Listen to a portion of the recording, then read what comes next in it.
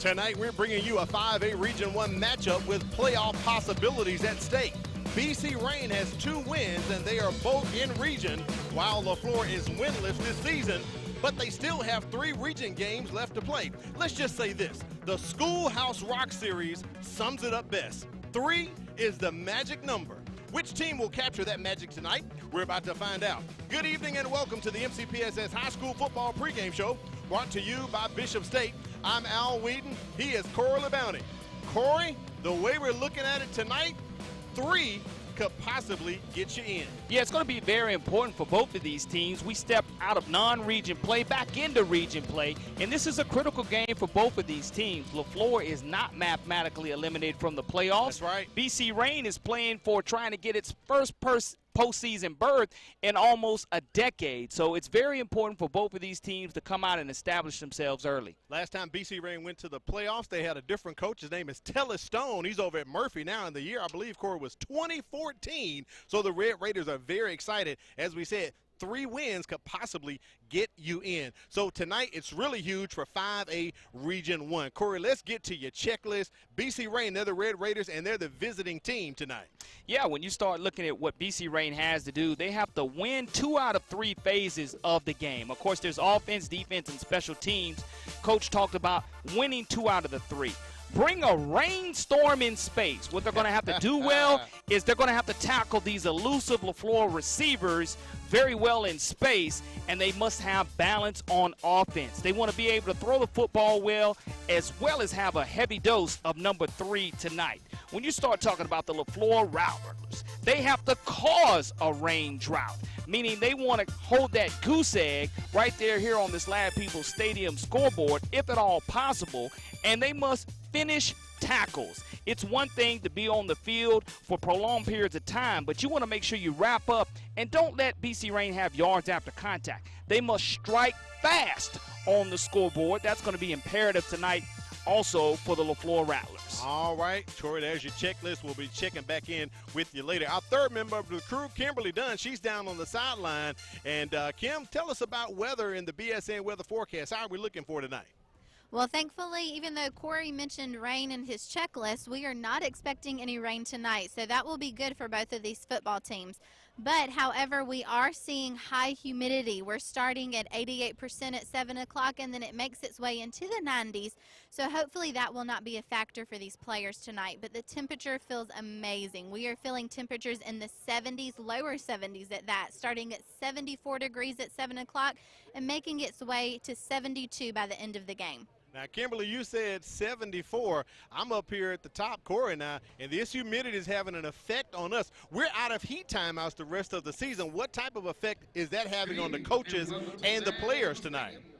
Well, hopefully it won't be too much of a factor, but you know that these coaches always like to utilize those heat timeouts, not only to give their players a break, but to also talk to them a little bit more and get them prepared and in the right mental mindset in order to play the games and kind of give them that little information that they may need to make that next play. So I'm sure that they're missing the heat timeouts to take advantage of a free timeout, but hopefully it will not have an effect on the players. All right, no problem. Also, Corey, we use those heat timeouts to check in with our buddy Kimberly, so Absolutely. She's losing a little FaceTime with the heat timeouts, you know what I'm saying? But she absolutely told the truth in regards to humidity-wise. I hope these guys are properly hydrated, because if not, we'll start seeing a lot of cramps here almost going into the first week in October. Right. And speaking of impact, we talked about the heat and the humidity and its impact. How about some impact players tonight for us, Corey? Browse Dowdland, the sophomore running back. I saw him 2 weeks ago against Alberta. This young man is a low-to-the-ground bowling ball. He will run over you. He will run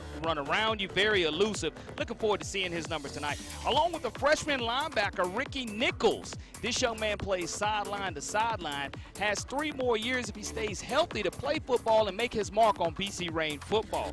You're talking about the impact players for the Leflore Rattlers.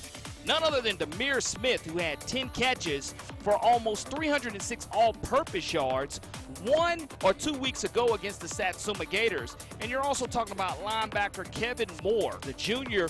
We'll be calling his name a lot tonight also, Al. Familiar with his name because we had him in our first broadcast of the season as we kicked the season off against Williamson earlier. Corey, we made it through the halfway point of the season, and inside of the kickoff show tonight, I came across some information I wanted to share with everyone out there. Kind of put it together and had help from Wade and the crew, the graphics team in the truck. Want to call it the 5 mid-season surprises, as we are like literally on the other half of the season. We're going into the second half of the season right now. You know, when you start looking at these key points, there have been some shockers so far, and I know you're going to highlight those along with your 5 key points, a few more as well. All right, here we go. The 5 mid-season surprises I've put together. Number 5, the St. Paul Saints. They're the defending state champs, Corey, but they're kind of struggling. It's been 13 years since they've been 2-3 at this point in the season. Yeah, I mean, you're talking about Steve Mass, though. It's kind of like at Spanish Ford as well. You want to get better as the season goes along, and you can look for the Saints to continue to get better. Number 4, the Blunt Leopards. Now, is this mistaken identity, Corey? The winningest public school in the last decade, they're trying to find themselves. Blunt hasn't opened at 2-4 since 2008.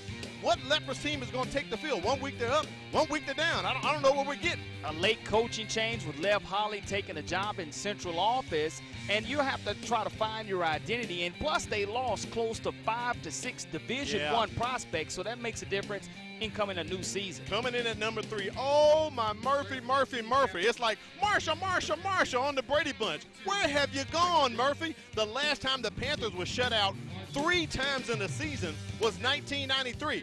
That was the first year for a coach. You may have heard of this guy. You ever heard of Terry Curtis? Absolutely. That was a long time ago, Corey. He's been at UMS almost 20 years. So the Panthers defense, they're giving up an average of 4 scores a contest at 25.7 points a game. You can't win many ball games like that. Uncharted territory for the Murphy Panthers. Rico Jackson works hard as any coach here in the Mobile County Public School System. He'll get it turned around. Yeah, we're looking for Murphy to bounce back. Number 2, Corey, you ever heard of this school? The St. Michael Cardinal. Who would have thunk it? Listen at this. If they win tomorrow night, they're going to equal all of the wins thus far in the program's history. Plus, it'll keep them alive in the playoff hunt. This year, they have received their first ever state poll ranking, and the offense is averaging 37 points a game. That's number 5 in the entire state for Class 4A. Phillip Rivers finds a way to get it done in his first year. Help turn it over in the spring helps a lot for him to establish his identity. And number 1, Corey, the best undefeated area team under the radar, the Viger Wolves. They're 5-0, ranked number 3 in Class 5A, and they're averaging 33 points a ball game. But nobody's talking about them, Corey. They're undefeated. What a difference a year makes for this young Wolfpack team. They grew up over the summertime, and they've got off to a great start. All right, we're going to take a break. We do appreciate you for joining us for the MCPSS High School Football Game pre-kickoff show brought to you by Bishop State. We're going to come back with your kickoff.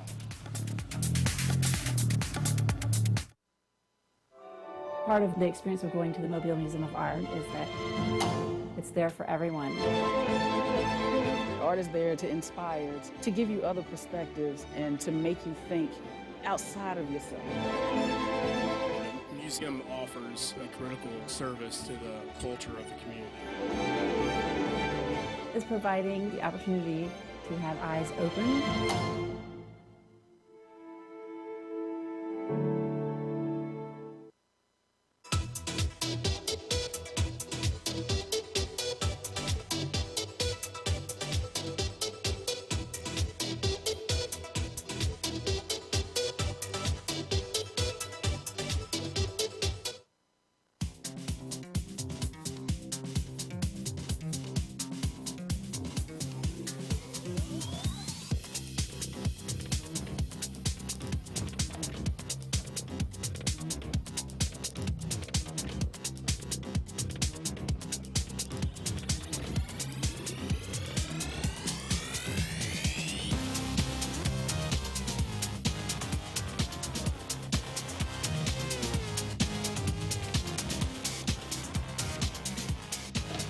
We welcome you to legendary Lab People Stadium for a region game with playoff implications looming in the balance. BC Rain knows a third region win could get them into the tournament, but across the field sits Leflore, hungry to strike for their first win of the year, knowing that it would be just 2 region wins away from making the playoffs. In other words, tonight's ball game is huge for both teams. I'm Al Wheaton, joined by Corley Bounty. Down on the sidelines, we have Kimberly Dunn. And Corey, it is time for another MCPSS High School Football Game of the Week, brought to you by Bishop State. Can't wait, looking into it. I mean, here's a critical matchup, a region matchup that is, Al. So Leflore is going to have an opportunity to strike first here. And I'm going to be impressed to see how the young quarterback, D'Anthony Leflore, we had him in the first game of the year against Williamson. That's right. To see how this young man has matured throughout these few couple of weeks of high school football. 1st and 10 for the Rattlers, ball on the 35-yard line. As we are close to getting our first play underway here. Leflore getting their offense set up under first-year head coach for them, Sean Burney. Rattlers come in winless tonight. They toss it off to their playmaker, Demir Smith. Little jet sweep. That one goes backwards, Corey. It's going to be 2nd and about 13 coming up for the Rattlers. The stop made by strong safety, 5'7", 130-pound sophomore Justin Harper. That's his 37th tackle on the season. Wow. Now makes his 5th tackle for loss. He was our Crichton Optimist Club Player of the Week a couple of weeks ago. This young man may be small in stature, but he plays with a huge heart and tackles well in space. 2nd and 13 here for the Rattlers. Going across the middle to Smith as he goes through the flat, gets past the 40-yard line, maybe up to the 41. So nice play right there by Leflore, setting up 3rd and about 4 yards. You go to Demir Smith, who winds up looking through his ear hole on that play, and you're glad he caught the football. That's what you want to see, your playmaker having the football delivered by your quarterback. Now it's going to be a situation to where you're going to have the penalty flag because he was looking out of his ear hole. So it's a 1st down for the Leflore Rattlers. Take a look at that offense led by freshman quarterback D'Anthony Leflore. He's gotten better since we last saw him at the top of the year. He's thrown for nearly 500 yards with 5 touchdowns. He has a 60% completion rate. The Rattlers' main weapon is Demir Smith, as we just talked about. If we don't have that graphic ready, we'll try to get it up for you after this play. So it's 1st and 10, ball on the 44-yard line of BC Rain. Perryman with the carry right there for the Rattlers, picks up maybe a yard. So get that offense up. Just talked about Leflore's 60% completion rate. He's already hooked up with Demir Smith already one time, who leads the Rattlers in rushing and catches. Averages 22 yards of reception, Corey. Sophomore wideout Miguel Fleming, he'll haul in some catches as well tonight. And running back Savion Perryman just got that carry. May get a few more tonight as the ball game unfolds. Up front, the Rattlers are well experienced, all upperclassmen and 1 sophomore. So no gain for Perryman right there on the carry. Spratt on the stop for the Red Raiders. That pass incomplete, intended for a Rattler. And when the ball is incomplete to Josh Scott, you just have to shake that off. You can't worry about it. Play the next play. Don't show a lot of negative body language out there. Yes, it was a low throw, could have been a little bit better, but at the same time, just play the next play. Hustle back to the huddle. 3rd down and 10 yards to go for the Leflore Rattlers, right from the BC Rain Red Raider 44-yard line. Singleton in the backfield with Leflore. That pass incomplete, went back to Scott again. So 2 incomplete passes and a run. It's 4th down already, Corey. And I think you're in a situation where unless you just want to flip the field, you can go ahead and punt this football. Again, you'll set your defense up in better real estate if you do flip this field on your first possession. But again, you're looking at the play clock only being at 30 seconds now. You have plenty of time to get the correct personnel on the field and kick this football away. Demir Smith will be put in toe to leather tonight for the Leflore Rattlers. So the ball at the 44-yard line of BC Rain. They're going to send back Tristan Page. He's setting up at about his own 9-yard line to receive the punt from Smith. Want to make sure you stay in your lanes here if you're the Leflore Rattlers. Smith hits a line drive, and it almost falls dead near the 2, but it bounces into the end zone. So we'll get our first look at the Rain offense, led by Amari Yelding. He's a sophomore, 48% passer, has 4 passing touchdowns on the year. But the Red Raiders offense goes through the guy you talked about, Bryce Dowdland. Dowdland has over 500 yards on the ground with 7 touchdowns for a 7.72 yard per rush average. He can score out wide as well, Corey. He's caught 2 receptions for scores. Yelding does throw it. He'll be looking for Antonio Williams, who's averaging 9 yards of reception with 14 grabs on the year. Up front, the offensive line is young. They have 4 sophomores and 1 junior, and they average about 237 pounds across that offensive line.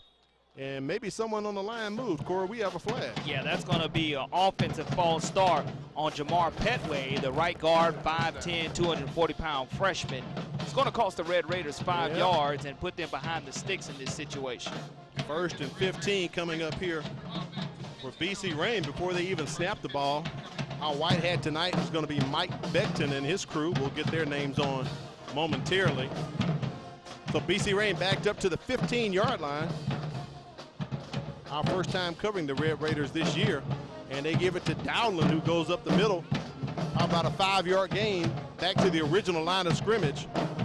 Going to be at the 20-yard line. All you can ask is for a nice stop by Kevin Moore, going low on the bowling ball, and that's how you take out a horse. You cut out his legs from underneath him. That way it puts yourself now in a second down and 10-yard to go situation. There's Mike Beckton and his crew as they jumped on the screen there for you. Beckton's a pretty quiet guy, so Corey, hopefully he may not have to chat too much for us tonight. I think we're going to be using the microphone here at Ladd Stadium. 2nd and 10 coming up. Yelding going to throw it. Overthrows his receiver. That pass incomplete. It was intended for Antonio Williams.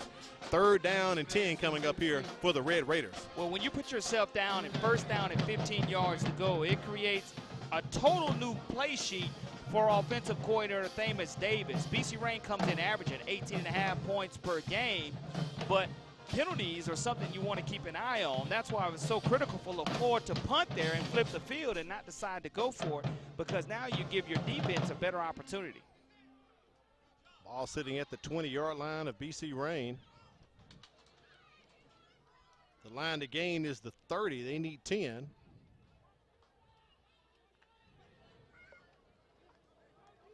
Yelding has time, finds a man over the middle, gets that pass complete. That's going to be enough for a 1st down. Hooks up with Antonio Williams. Take a look at the Leflore defense. The Rattlers play a 3-4 with Sam linebacker Kevin Moore leading the way on defense. He plays with a raw nastiness and a high motor. The coaches love this. Look for him to make tackles everywhere tonight. The Rattlers secondary has experience at the corners with junior Tamatra Wright and senior Kyle Bush. They'll be trying to clamp down on the Red Raiders passing attack. Up front on the defensive line, sophomore defensive end Deshaun Foreman is going to get the start tonight and try to pressure Yelding from the edge. 1st and 10 from the 32 of BC Rain. But that was a great play call by offensive coordinator, getting the ball to Antonio Williams underneath route. He was not accounted for by the linebackers, and because of it, they were able to pick up a critical 3rd down and long situation, which now equates in a 1st down and 10 situation, and there's going to be a flag here on pre-snap. On the far side once again. Snap, false start on the offense, 5-yard penalty remains. So that is 2 false start penalties against this offensive line. We just talked about them. They're young, Corey. 4 sophomores and 1 junior. Coach Yelding knows it, but he also knows if he can hold on to these guys, his future's going to look pretty good over at BC Rain, too. Again, a very, very young team. When you start talking about only 7 seniors and 1 junior on this roster, that's amazing, knowing that what kind of youth you have coming back. They hand that one off to Dowdland. He's a sophomore. Going to push it up to about the 34, maybe 35-yard line. Going to bring up 2nd, and we'll call it about 8 here for the Red Raiders. The Leflore Rattlers, led by defensive coordinator Anthony Anderson, comes in. The Rattlers giving up 41.2 points per game, but when you start talking about what they've given up and the growth that they showed over these first 5 weeks, it's been tremendous. That's right. They've improved pretty much every week, Corey. Got some points going, and they've been close to getting the victory. Coach Burney said he know that one at Satsuma got away from him. He wished he could get it back, but he said he learned a lot from that loss right there. 2nd and 7 is what Ladd is going to call it, so let's go with that. Man in motion. They fake the jet sweep, and Yeldon's going to keep it as he passes the 40-yard line, close to the first down marker, Corey. The stop on defense by the Leflore Rattlers made by Kevin Moore. Again, the junior is one of our impact players, but Yeldon is the coach's son, and they have some interesting conversations on their way to school every morning. I'm sure talking about football and how he can become a better leader as the quarterback. And it's always great the way you can lean on Dad, and he can be both your coach and dad, and he can tell you the negative and the positive. But that's right. I like this young man who's at quarterback, Amari Yeldon, the sophomore for BC Rain. Ball at the 42-yard line, 1st to 10. Pass is complete as the Red Raiders get that one out. Kyle Bush, the strong safety, 5'10", 160-pound junior on the stop. That pass brought in by Shane Lockett of the Red Raiders. And we have a Red Raider down. Let's try to get a number on him. Looks like number 70. That's right guard Jamar Petway. They moved him over to moved him over to right guard for this ball game, Corey. Our first injury timeout here. Petway is a sophomore. Is okay.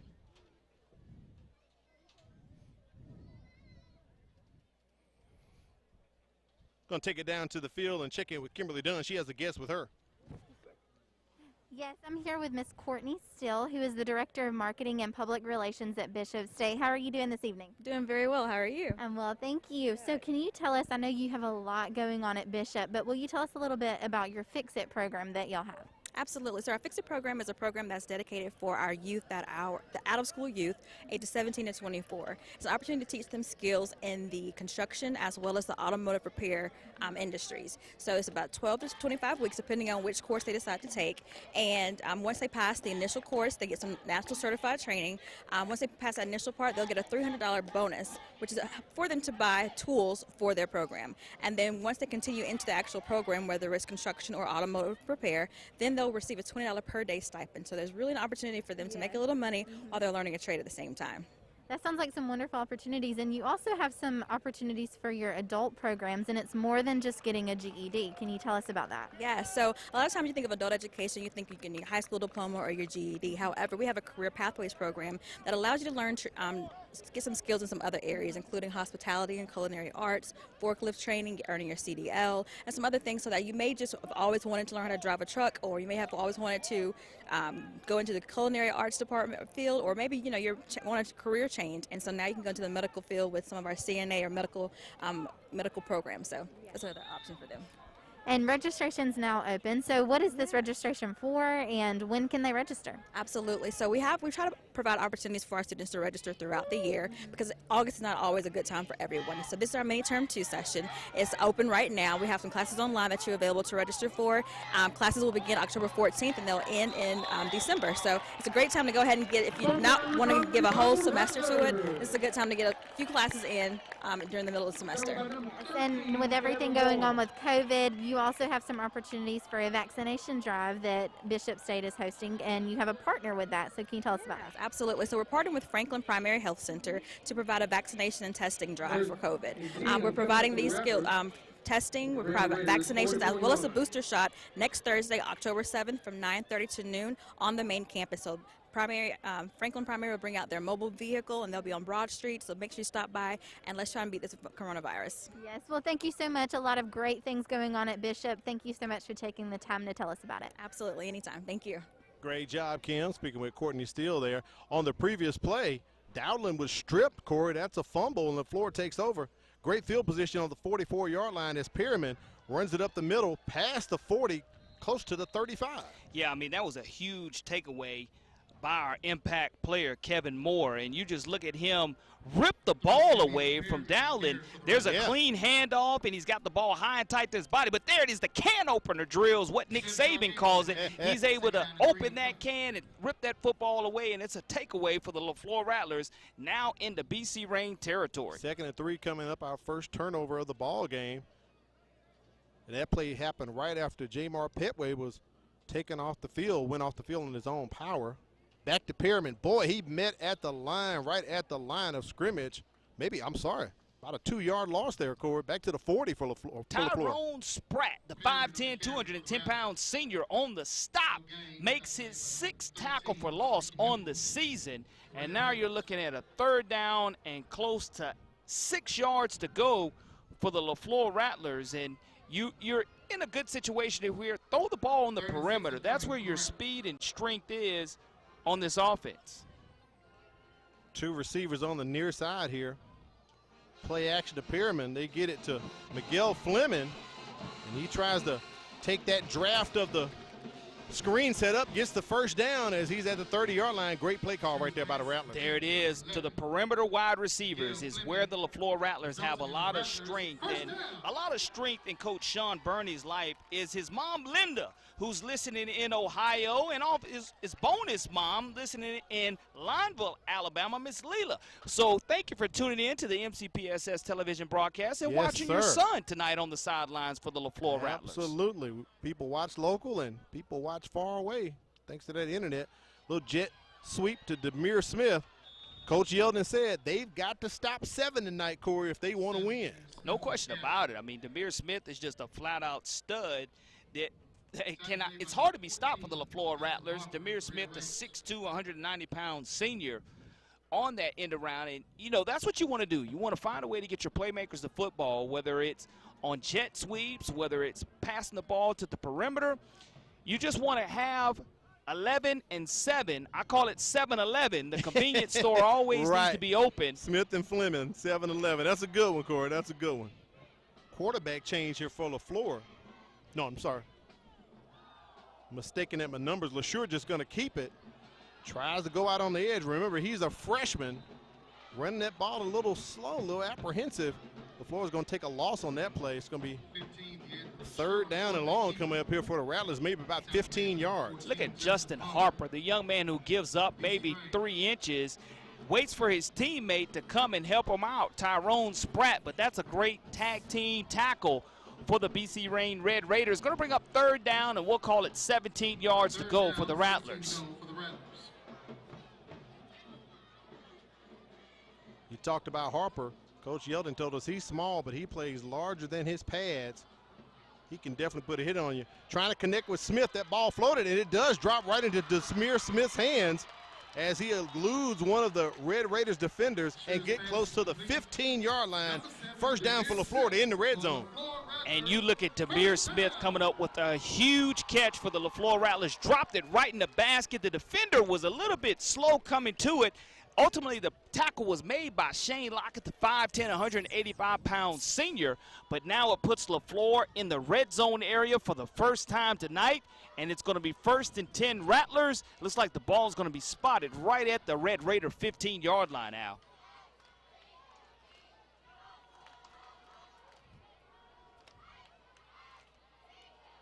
Hand off to Perriman from LeSure.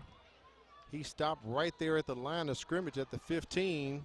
2nd and 10 coming up from Leflore. They can get a 1st down without having to score. Tyrone Spratt from his defensive end position, maybe the 3rd or 4th time tonight I've called his name. Defensive coordinator Greg Smith lugs this young man.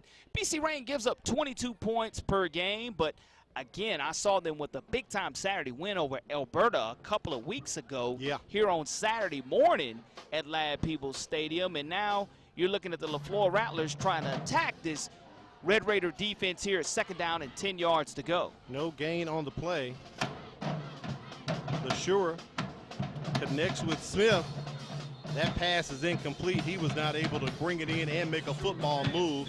So it's 3rd and 10 coming up for the Rattlers once again. Well, what you want to do if you're this Red Raider defense is key on find 7 and 11.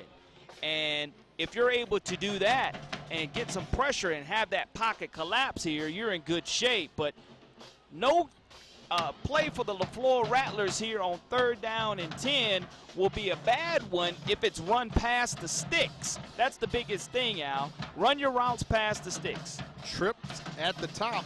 Fleming down here by himself on the near side.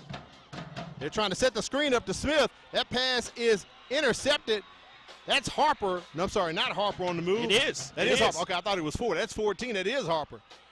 And That's an interception. He just read the quarterback's eyes and went underneath that route. As you look at quarterback, just eyes his wide receiver the entire time, and what a wonderful job of Justin Harper sitting on that route. And he almost takes and makes a house call, but turnover for turnover. Now the Red Raiders take over right where they turn the football over, and they will take over 1st and 10 right at the Leflore Rattler 48-yard line.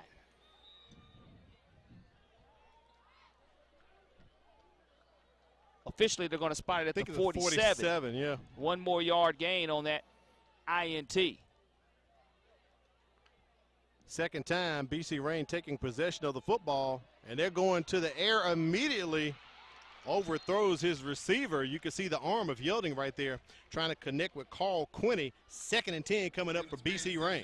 Well, if you're the Leflore Rattlers, you cannot allow anyone to get behind you, especially if you're not in press coverage. It's one thing if you're at the line of scrimmage in press coverage. If you're playing 4 or 5 yards off of the wide receiver, you definitely should not get beat. And just a little bit overthrown, maybe by about 2 yards, but you can look for offensive coordinator Thamus Davis to go back to that, especially if there's no press coverage at the line of scrimmage. 2nd and 10.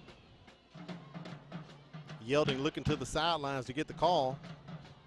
They're going to go back to the man, Bryce Dowdland, just going up the middle, north and south, just past the 35-yard line. That's a 1st down and more for the Red Raiders. Kevin Moore, the 6'2", 210-pound junior on the tackle, but you can't tackle this young man high.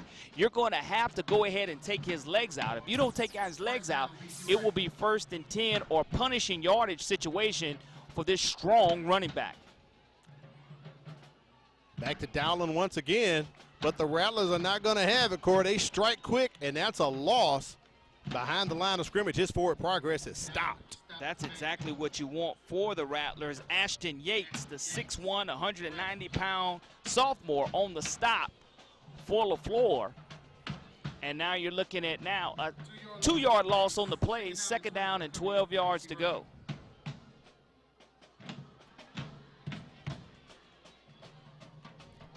Just like Coach Yielding said, they need to stop 7 for Leflore. Coach Burney said the opposite. We got to stop 3 for BC Rain because he's pretty much the catalyst for their offense, rushing and receiving. Little play action. Yielding rolling to the left and makes the connection with this receiver.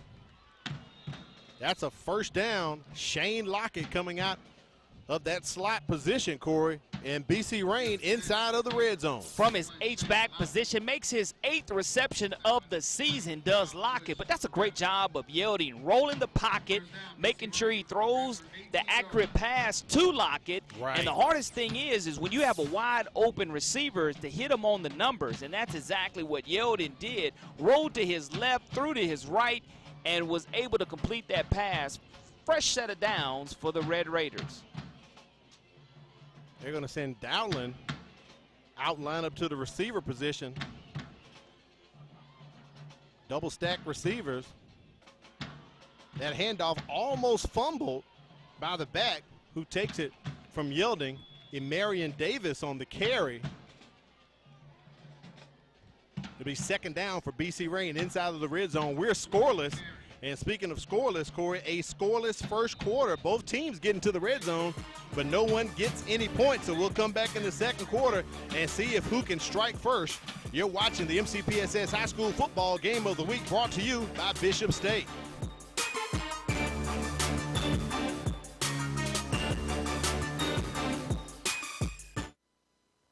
When we say Bishop State Community College is a great place to start, we really mean it. Want to major in psychology, engineering, criminal justice, English, history, or something else? Take your general education courses with us, then transfer your credits to the 4-year university of your choice. Want to learn a trade and go straight into the workforce? We have the programs and the trainings to help you land a high-wage and high-demand career. Save time and thousands while conveniently taking classes safely online or on campus. Register now, bishop.edu. We welcome you back to the MCPSS High School Football Game of the Week, brought to you by Bishop State. I'm Al Wheaton, Corey LeBounty, On the sidelines, we have Kimberly Dunn. Where we had a scoreless first quarter, but a very entertaining first quarter. 2 turnovers by each team. Both of them getting to the red zone, and right now, BC Rain trying to score with their entrance into the red zone. 2nd and 10 with the ball at the 20-yard line. Yeah, with the turnovers, we have not had points off of turnovers, and if Red Raiders are able to cash in right here on this drive, not only will it be the first points of the night, it'll be the first point scored off of turnovers also. Dowling in motion. They fake to him. Throws it over the top to Lockett. He is close to the 5-yard line. It's enough for the first down. So nice reception by Shane Lockett. Yeah, I mean, you're now at first down and goal to go, and Lockett's come away with a couple of nice catches on this drive. And the stop made by the Leflore Rattlers secondary.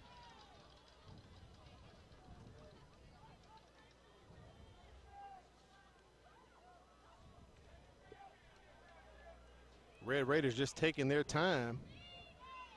That's something Coach Burney said they're going to do, try to make the clock their ally tonight when they have the ball, extend drives, pick up first downs, but most importantly, score. Looking like we have a Wildcat formation here. And I think Coach Yeldon wants to take the time out to discuss this one just a bit further, Corey. Well, you definitely want to make sure everyone's on the same page because you don't want to lose yardage in the red zone area, especially putting yourself in a first and goal to go situation where you have negative yardage. BSN Sports, where you can get team apparel and equipment from baseball to wrestling and all sports in between. If you need it, they have it. BSN Sports, the heart of the game, online at bsnsports.com. Got to thank Firehouse Subs and Jim and Susie Sherman at the Greelite Road location. They feed us very well every week, so enjoy more subs and save more lives with a portion of subs purchased at Firehouse Subs going to the Firehouse Subs Public Safety Foundation. And lastly, Bishop State, with 4 city campuses and offering students a quality and affordable education. Visit bishop.edu to learn more. Bishop State, a great place to start. And we had the Director of Marketing and Public Relations, Courtney Steele. She gave some great information about Bishop State in the first quarter, Corey. She really did. I mean, it's right here in our own backyard, and just a great opportunity to get started. And what I like is they work with the high school students to get college credits, and they're accepting everybody here in this late term. So it's a situation of, if you want to go ahead and further your education, you can do so right at Bishop State Community College. All right, Red Raiders going to come out in that Wildcat formation again. Dowling right there at the 10-yard line, going to take the direct snap. They fake it. He's trying to find a gap to get through, but all he finds are 2 or 3 Rattlers on the tackle. Great stop by the Leflore Rattlers in the linebacker situation. One of those Leflore Rattlers are going to be Kevin Moore. Make sure that there is no yardage gained here. 2nd down and goal to go now for the Red Raiders from right at the Rattlers' 6-yard line now. And that's why he's an impact player, Corey. As you said, they're going to call his name a lot tonight. We talked about him in that Leflore defense. He's got a high motor, man, and when you got that high motor, you're going to be all over the field. And I know you've called his name at least 5 or 6 times in this ball game so far. Now what you have to do, though, is make sure you don't overload one side, and BC Rain runs to that right side of the line of scrimmage to where their strength is. Numbers on that right side. Ball on the 6-yard line. Dowling's got a hole. Can he get through there? Can he stretch it out? I believe he's going to be down right at the 1-yard line. Nice run by Bryce Dowling. And you had to play the numbers game there because that's where Leflore was overloaded to. And there's going to be a penalty flag on the play right around the 17-yard line that may go against BC Rain, or it might be a headshot to the quarterback after it was handed off. But it came from the back judge. Oh, excuse me, the white hat. I was going to say that came from Mike Beckton, Corey, back where that flag is. So possibly could be a late hit on someone. We shall see, but a nice run by Dowling right there because the ball's at the 1-yard line. All they could do is get half the distance to the goal at this point, so put it at the 1-foot line, if that. See what Mike Beckton has to say about it.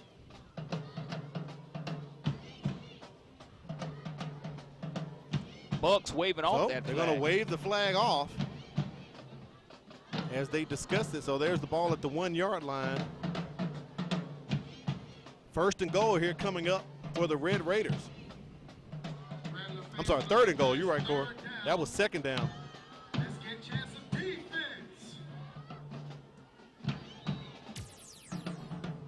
As a look at the replay here, He stretches out. He tries to stretch out at the end, but his knee was already down. And one of the things you want to be careful of when you're stretching out, don't fumble that ball, but you have now a big-time running back that weighs almost 200 pounds, and we're going to have a timeout. I do believe that the Rattlers now. Called by Leflore. So Coach Yelding has taken a timeout, and Coach Barney has taken a timeout. 2 timeouts remaining here in the second quarter for each team. Last year, BC Rain defeated Leflore 25-20, and Leflore and BC Rain have played each other 17 times, with BC Rain leading the series 10-7. But we know most importantly the number tonight is 3, Corey, because in 5A Region 1, 7-team region, 3 wins will probably get you a number 4 seed. Let's check in with Kimberly Dunn right quick. She has something to add. What's going on, Kim? Before the game, I was able to talk with the coaches and ask them, what is the mental mindset of your team tonight, and how do you feel you're going to get this win? Because both of them are very optimistic. Just like you said, even though Leflore has yet to have a win this season, he said, we are not out of this. We still have a chance to get this win. All that we need to do is win tonight, and we could still have a possibility about being in the playoffs. And so that mental mindset was very similar for both of them. They said that we've had a lot of growth this season, and we are in control of our own destinies. We are able to control what the outcome of this football game is going to be. So both of them are very positive about what could become of this game, and very hopeful that they will come away with the win tonight. 3rd and goal, ball on the 1-yard line, and Yelding's going to get the push from his running back. He's going to be in. Yeah, he's going to be in, Corey. I like how Dowling came to the rescue and gave him that extra push in the back there. Well, you're talking about Keyshawn Blackman and Cordario Dixon, Jamarcus Coach, Jamar Petway, and Tyler Simmons, along with his running back, Browse Dowling, getting that push up front on the line. And that's just a great job of BC Rain finishing a drive, scoring points off of this turnover, and it's going to be our first score of the night. But we'll talk about whether this is going to be a score. It was marked officially as a score, but it's going to be a post-possession foul to where it will be assessed on the kickoff. Right, that's a 1-yard touchdown for Yelding there, Corey. So they'll assess that one on the kick. Joel Hernandez on for the extra point.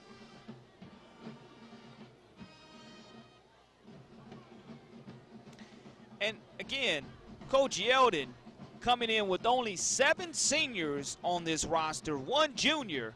If you had to tell me the team to look for within the next couple of years, it is going to be this young Red Raider team, as they're starting to get acclimated to what Coach Yeldon expects.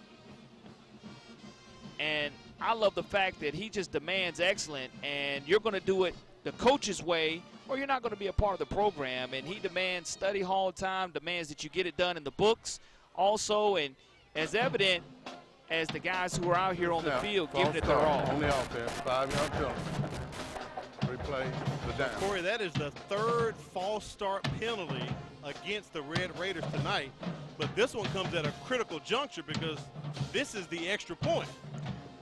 You know, when I saw them against Alberta, they had an opportunity to kick a field goal, and they were pretty successful, had to go for it on a 2-point try, but they do have a young kicker who is very able to put it through the big H up there. Joel Hernandez also plays soccer as well, and the extra point is no good. 6-0. BC Rain on top of Leflore. You're watching MCPSS High School Football Game of the Week, brought to you by Bishop State.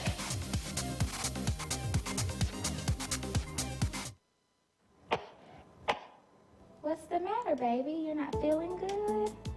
School-aged children are at a higher risk of getting and spreading germs and viruses. To help protect the spread, students are encouraged to stay home when sick. Parents, it's important for your child to remain at home at least 24 hours after they no longer have a fever of 100 degrees or higher without the use of medications.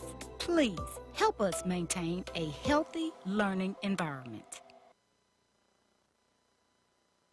Don't forget to mark your calendar. Coming up on October the 11th, it is Teachers' Workday.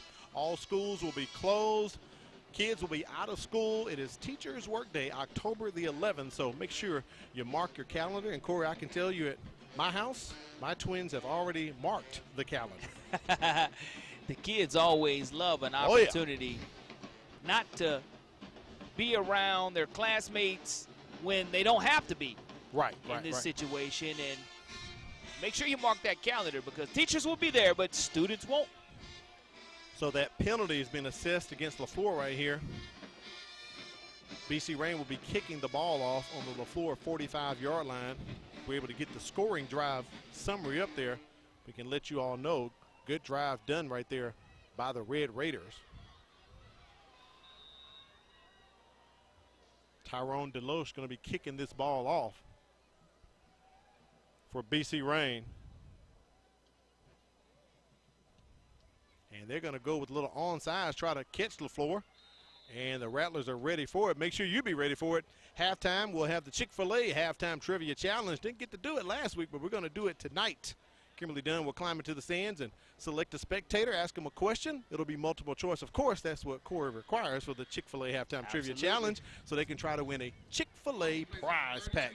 So make sure you stick around for halftime. And I'm sure, Corey, we're probably going to get some entertainment from the bands. Right now, the bass drum section from Leflore is handling us pretty well. I've had to adjust my volume 6 times so far. No question about it. Leflore has a little help tonight from the alumni band also. I heard that some of the veterans were coming out to help the youngsters, so we were looking forward to seeing halftime performances from both of the teams.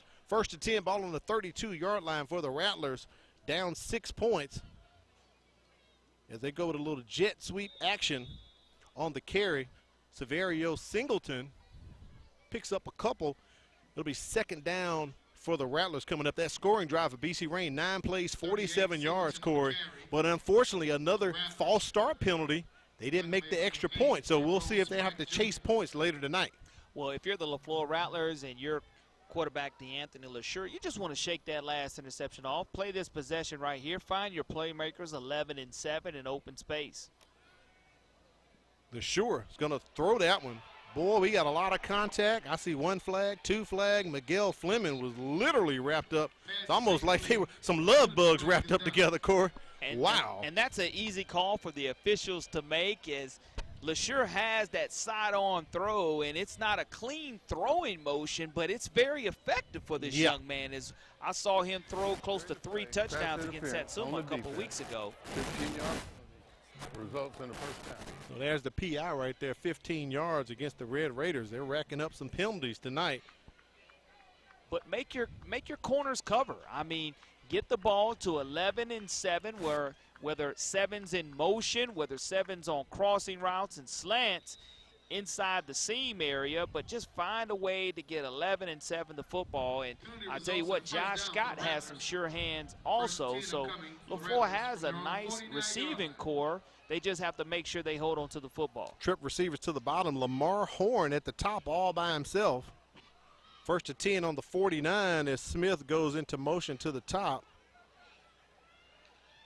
LeSure connects with Scott. You just talked about him, Corey. They'll give him credit for about a 2-yard reception. It'll be 2nd and 8 coming up for the Rattlers. And what you do is you put your playmaker in motion, Demir Smith, and try to get the defense to go for the eye candy. But that's a great job of the BC Rain Red Raider defense, making sure the Leflore Rattlers weren't going to get any additional yardage. Positive yardage on 1st down. Mike Jones with the stop for the Red Raiders. That young man, the only 3-year starter on the team. Coach Yelding told us he's not big on stats and numbers, but he's the team captain, and he does it by leadership and setting an example. They hand that one off to Singleton. Ball is out. Ball is out. And I believe the Red Raiders are all on top of it, Corey.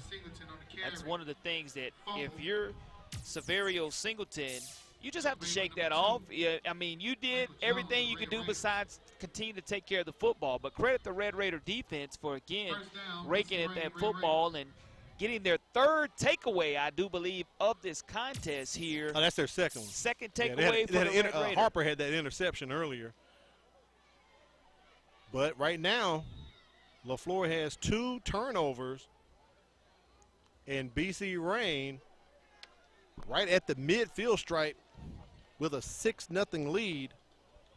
Under 9 minutes remaining here in the first half. 3 total turnovers, 2 by Leflore, 1 by BC Rain, and you're in a situation now where they're yielding. You're trying to go for the kill shot. Right, Corey likes to say that. They throw it deep Did he get a foot in? Did Lockett get his foot in? I believe at the 14-yard line. We'll look at the replay. Great reception by Shane Lockett. Yeah, all he needed was 1 foot in, and he absolutely got that. And you're in a situation to where Yeldon gave him just enough space to make that play. What a high-angle pass, and I think he got one in. I believe he did, and it's going to be that left foot, a little toe tap there. Good job of trying to stay in bounds. And he's going to have that opportunity now to be in the red zone area for the Red Raiders for the second time tonight. Ball just inside the 15-yard line. 1st and 10 for BC Rain. High snap. Dowling runs into his own guard. But look at him move, Corey, weaving, keeping those legs going, and makes something out of nothing. Absolutely. It was a negative yardage situation. And to Matra Wright, the free safety junior, comes up and makes the stop on the play. But, again, you have to tackle low if you're the Leflore Rattlers. You have to break down and make sure that you're not trying to tackle these Red Raiders high, because you're not going to be able to do that. They're going to get plenty of yards after contact.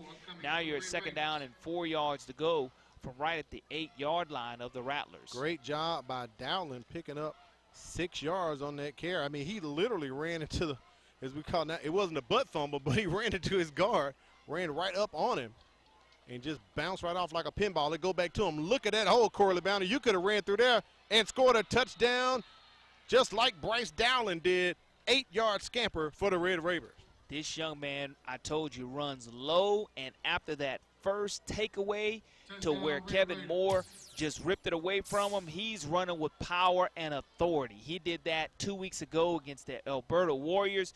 This young man is a bruising back, 5'7", 195-pound sophomore, now has his 8th rushing touchdown of the season for the Red Raider program. That's his 6th one on the ground. Get another look here at Joel Hernandez on for the extra point. The Leflore crowd silenced, Corey. Low snap, bumbles on the ground. And it is good. Red Raiders on top, 13-0 over the Rattlers. You're watching the MCPSS High School Football Game of the Week, brought to you by Bishop State.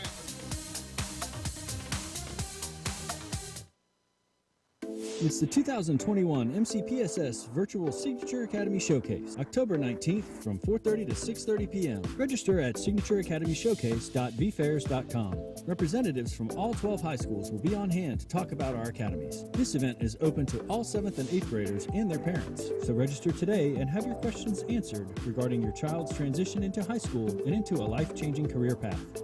It's the 2021 MCPSS Virtual Signature Academy Showcase, October 19th from 4:30 to 6:30 p.m. Together we've got this. Together we've got this.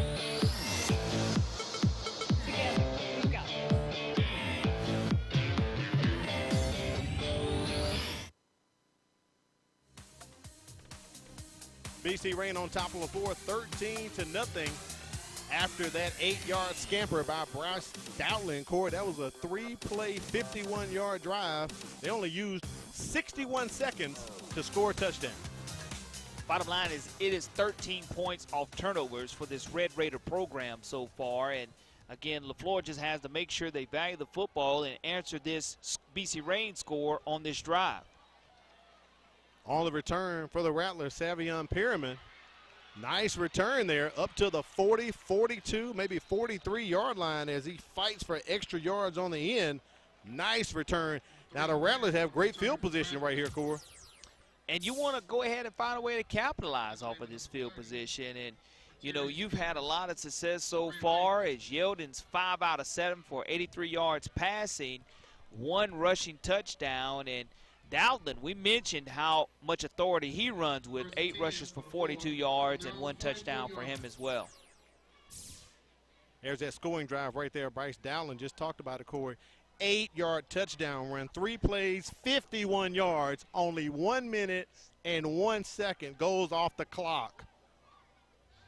But Leflore sitting at the 44-yard line. This is great field position for Sean Burney and his Rattlers to try to get on the board. And even this ball game back up. Up the middle goes Pearman with the carry. Nice run right there, about 4 yards, Corey. Yeah, Pearman runs hard. The 5'9", 175-pound senior picks up positive yardage for Leflore, and that's what you want if you're on first down situation. Offensive coordinator Cepeda Lewis. Again, the Rattlers coming in averaging 10 points per game, but when you pick up positive yardage on first down, it changes the dynamics of what you're able to do. And no need to be in a hurry. Get your offense in positive yardage situations on first down and give them an opportunity to catch their breath as well. Just under 7 minutes here remaining in the first half. Smith in motion. They toss it to him. So far tonight, the Red Raiders have done a good job containing Demir Smith. They've only been able to hit him on little dink and dunks and little plays like that, Corey. It's 3rd down and 6 coming up here for the Rattlers. See, now what you do is you continue to put Demir Smith in motion, and then you allow him to run a route as a wide receiver, because what happens is if nobody bumps over from a linebacker coverage standpoint, he'll be wide open on the perimeter. If he's able to turn his body north and south, we know what kind of speed Demir Smith has, so that's why you continue to put this young man in motion. Double receivers on each side. They're just going to toss it out to Pearman right quick.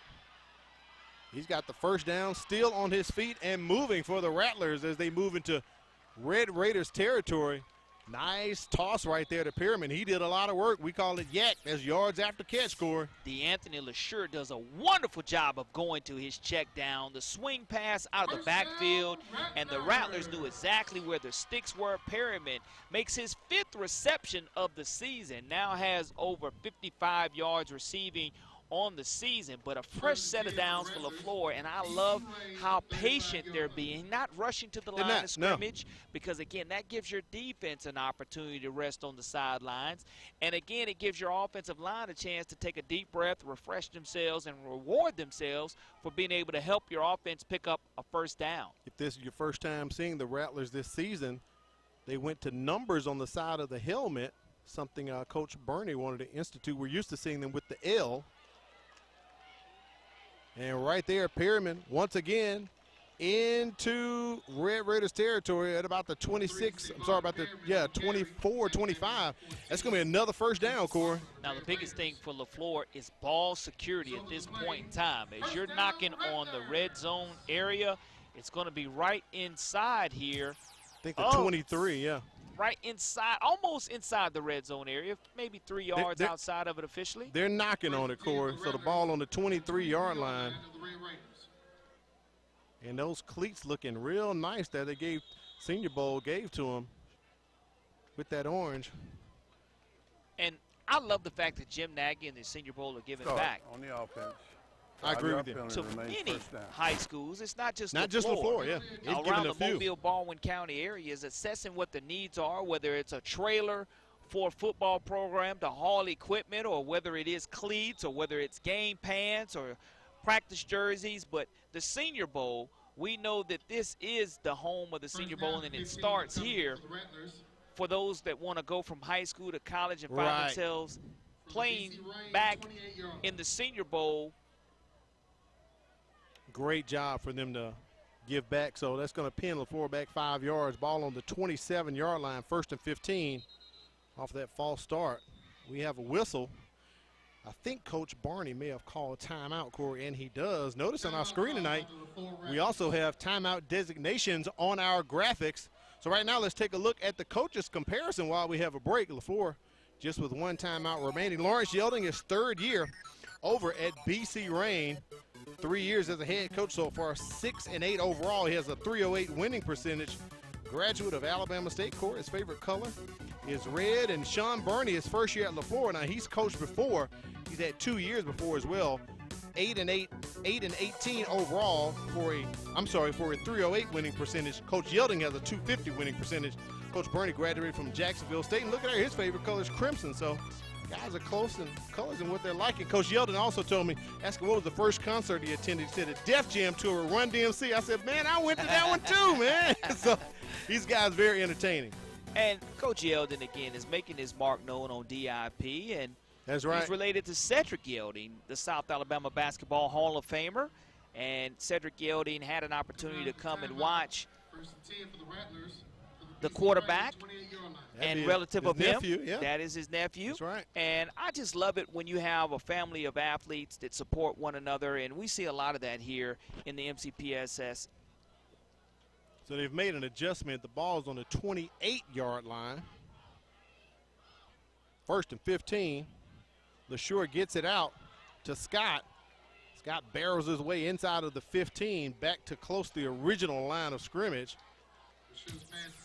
So we'll say he's at the 23, Cora. You hear pads popping as Scott tried to run over Harper in that situation. Harper said, hey, look, I'm going to go low because I'm a little guy. I can't – you'll give me a piggyback if you go high. But look at the Rattler support. I'm that Rattler. I like that. Plenty of I'm that Rattler support here in the stands tonight for this Leflore program is the football team trying to get on the scoreboard here with 3:50 remaining in the second quarter. This is a very critical possession for Leflore.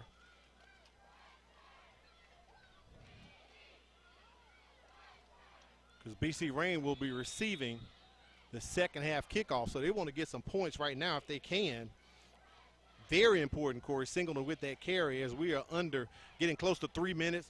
Bernie has 1 timeout remaining. You want to get some points, something out of this drive. Absolutely, but see, now you're at 3rd and 11, and now the tempo of the offense has gone a little bit faster here to try to keep BC Rain on their heels.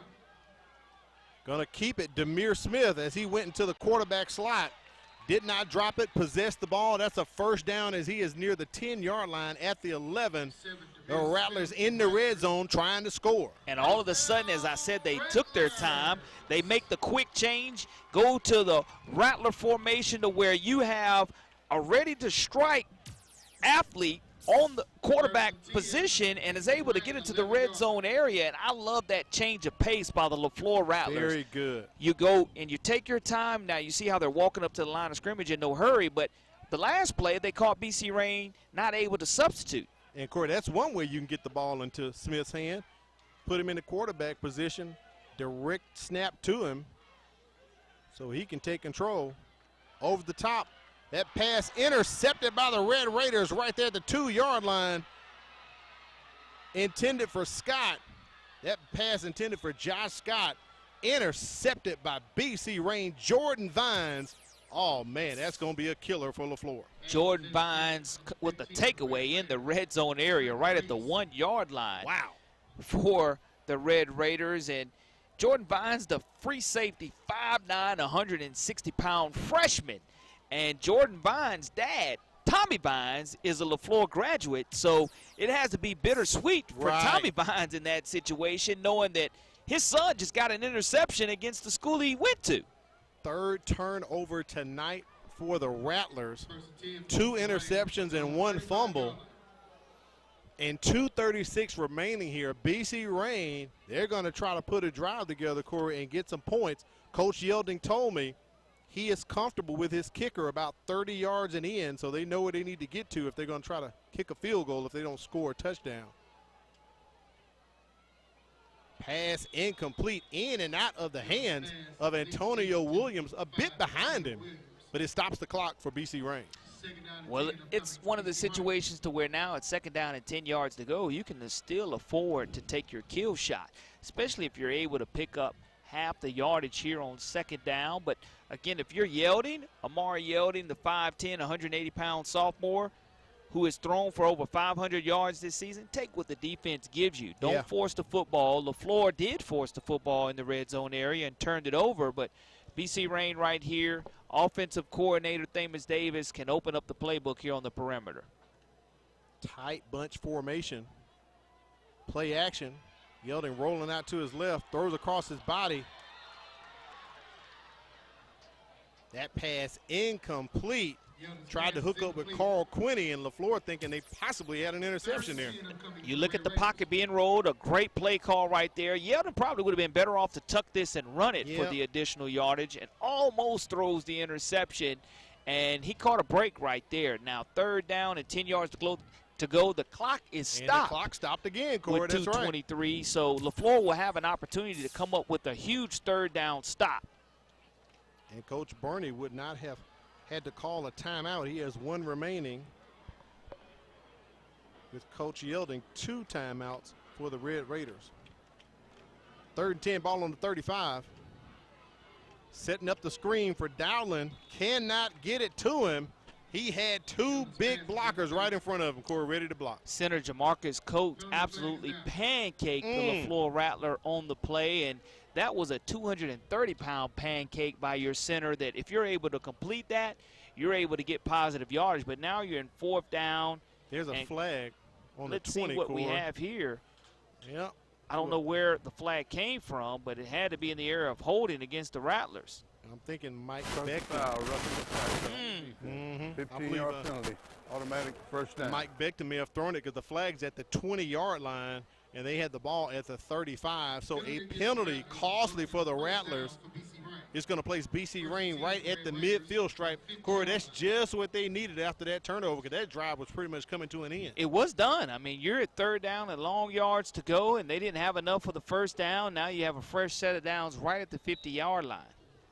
And we've seen the arm of Yielding earlier as he completed a long pass to Shane Lockett that led to their first score of the night.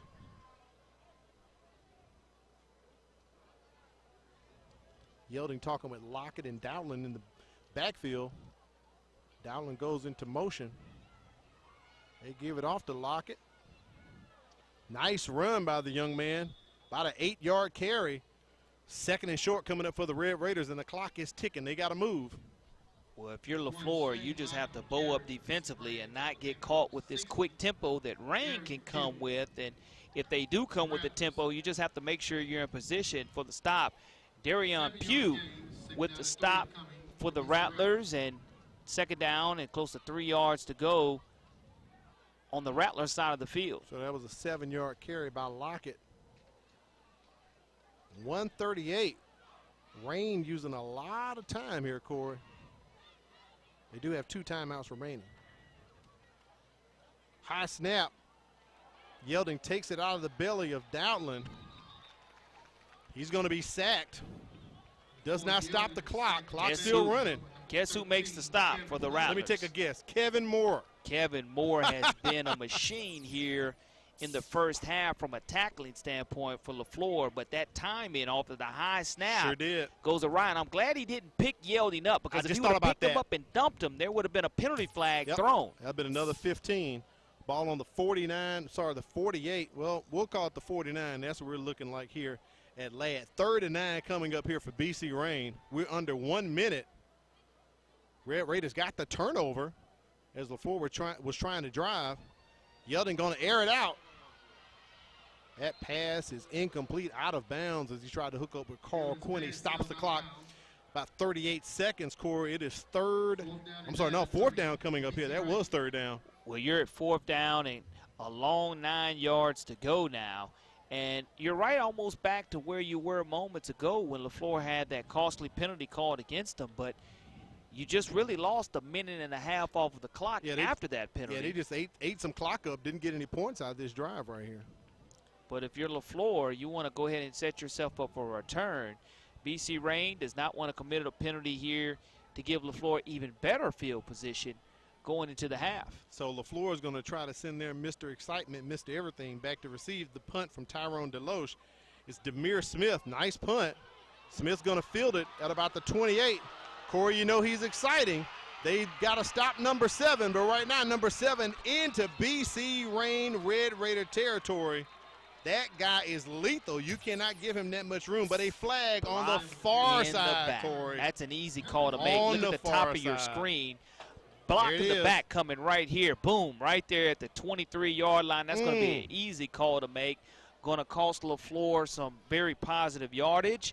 And because of it now, you're going to put yourself probably half the distance from where it was thrown. You'll probably be close to the 10-yard line. Very unfortunate for Leflore, a costly penalty. That was an awesome return by Demir Smith as Mike Beckton and his crew discussed the call right there on the field.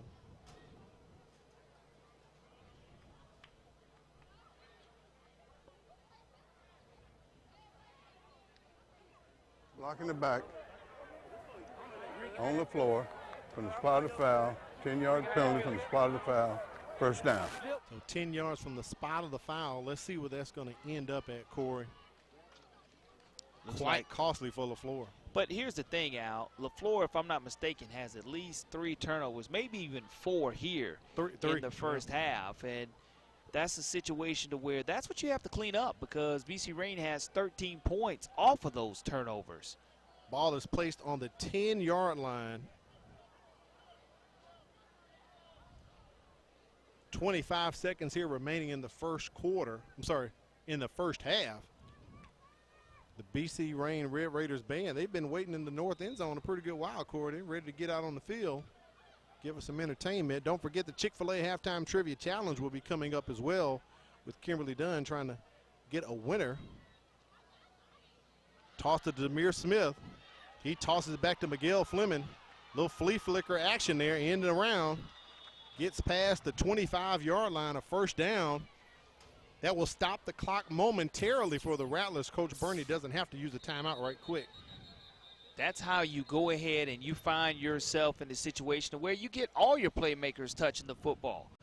And you're not able to you're not able to get what you want out of it in regards to catching BC Rain napping and getting your speedster in space. But at the same time, 14 seconds remaining here in the second quarter of action. I don't know if you're Leflore. You don't want to have your 4th turnover right here before the quarter ends. No, you won't do that. I think you want to value the football. And, again, if you can get positive yardage, get positive yardage. But don't throw that Hail Mary to where you're not only hurting your statistics, you're killing your confidence from those who are trying to get the football. So, you know, I wouldn't be surprised here if you get a draw or some type of safe play right here if you're Leflore, because you definitely don't want to turn that football over for a 4th time and a half. They decided to take that last time out. No need of keeping it in your back pocket. 14 seconds remain here in the second quarter.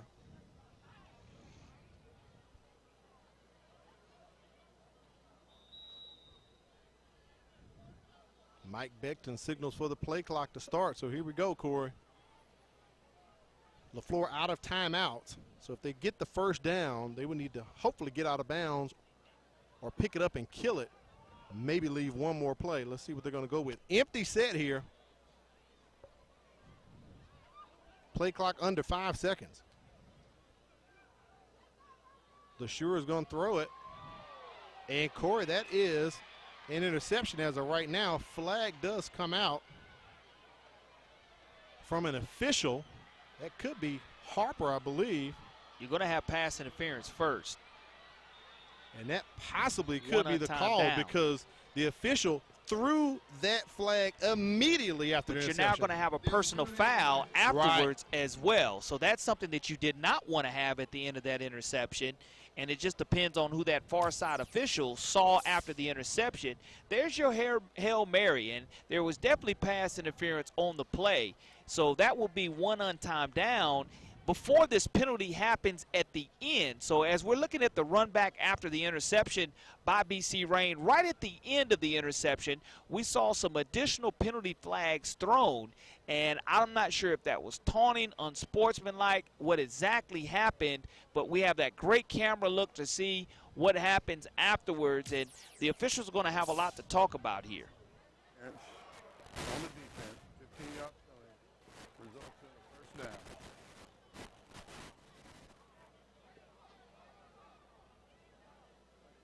Personal foul on the defense, 15-yard penalty, first down. Well, that's 30 yards and penalties, Corey, the pass interference and then the personal foul.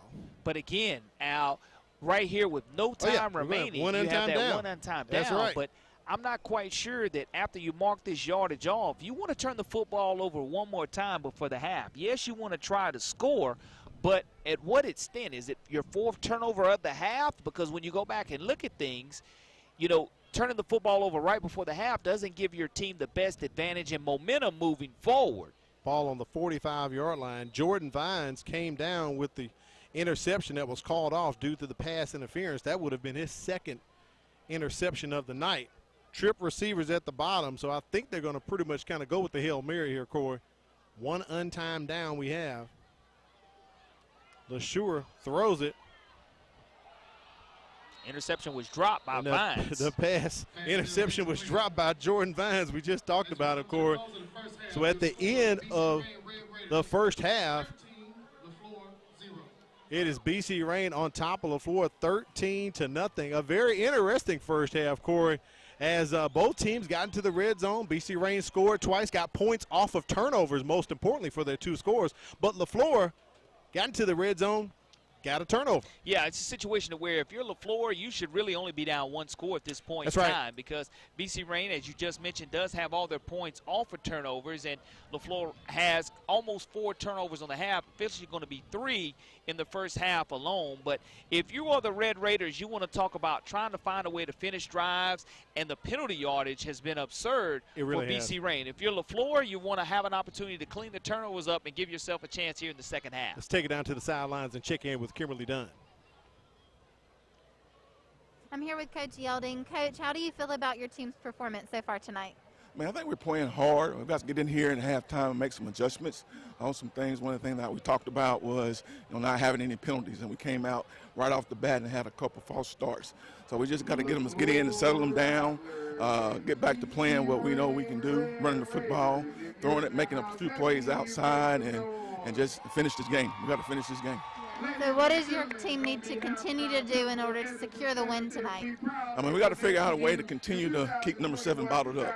7 is a great football player. He makes plays. They use him in all kind of ways, getting in different places. We've been doing a decent job of bottling him up, but he started getting loose there towards the end of that half. So we just got to go back in, get that focus back on doing what we need to do to keep him in check and make somebody else. Of course, I got a couple kids running the football, 3's running the ball hard. So we just got to make tackles, do things that we have been coached to do, and I think we'll be fine. Thank you, Coach. Yes, ma'am. Thank you. Thank you, Kimberly. All right, Corey, we're going to go to halftime and come back with the bands and also the Chick-fil-A Halftime Trivia Challenge. BC Rain's on top by 13. You're watching the MCPSS High School Football Game of the Week, brought to you by Bishop State.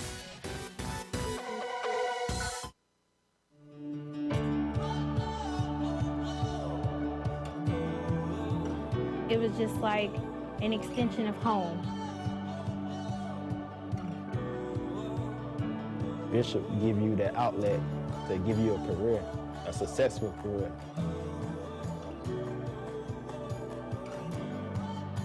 We're doing some great things at Bishop State. Keep an eye on us.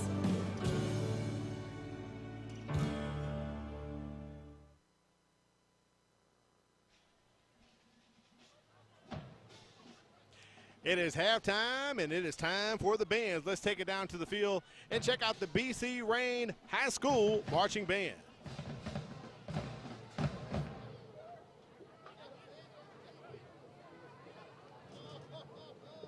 The band will now open with a fanfare that's the oldie but goodie by New Edition entitled Please Stand Ready.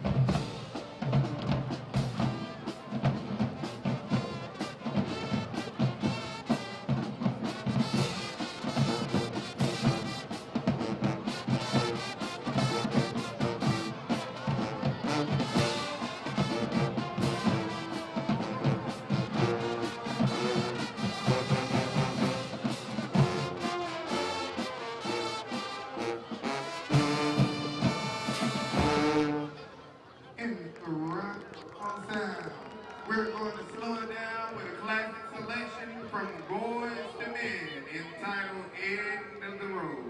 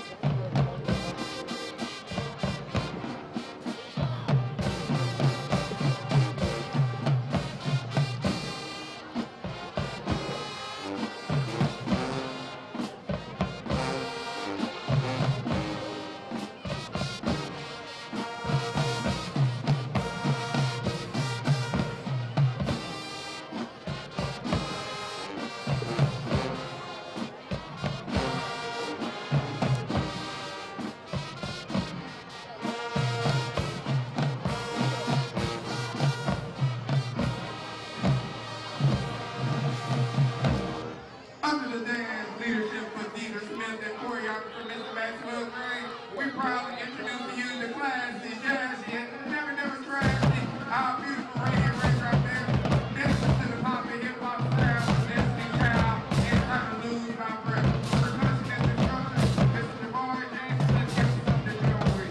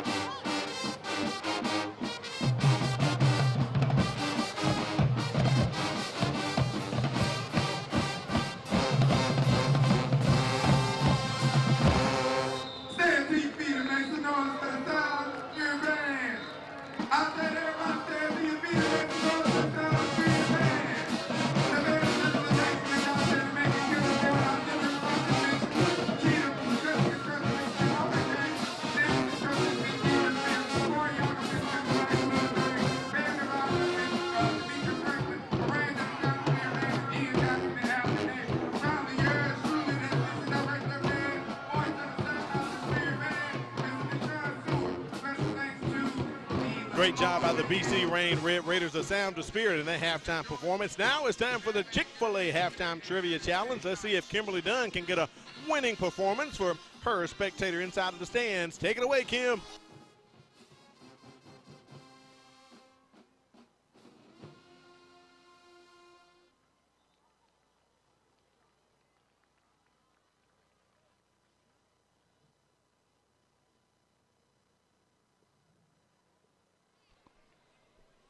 Having some technical difficulties right now with the audio from Kimberly. Let's see if we can try to connect with her once again. We're going to work on that audio. We'll take a break and come back and give you the Chick-fil-A Halftime Trivia Challenge. Plus, we'll listen to the Leflore Mighty Marshy Rattlers as well. We'll be right back with more of the MCPSS High School Football Game of the Week. When we say Bishop State Community College is a great place to start, we really mean it. Want to major in psychology, engineering, criminal justice, English, history, or something else? Take your general education courses with us, then transfer your credits to the four-year university of your choice. Want to learn a trade and go straight into the workforce? We have the programs and the trainings to help you land a high-wage and high-demand career. Save time and thousands while conveniently taking classes safely online or on campus. Register now, bishop.edu.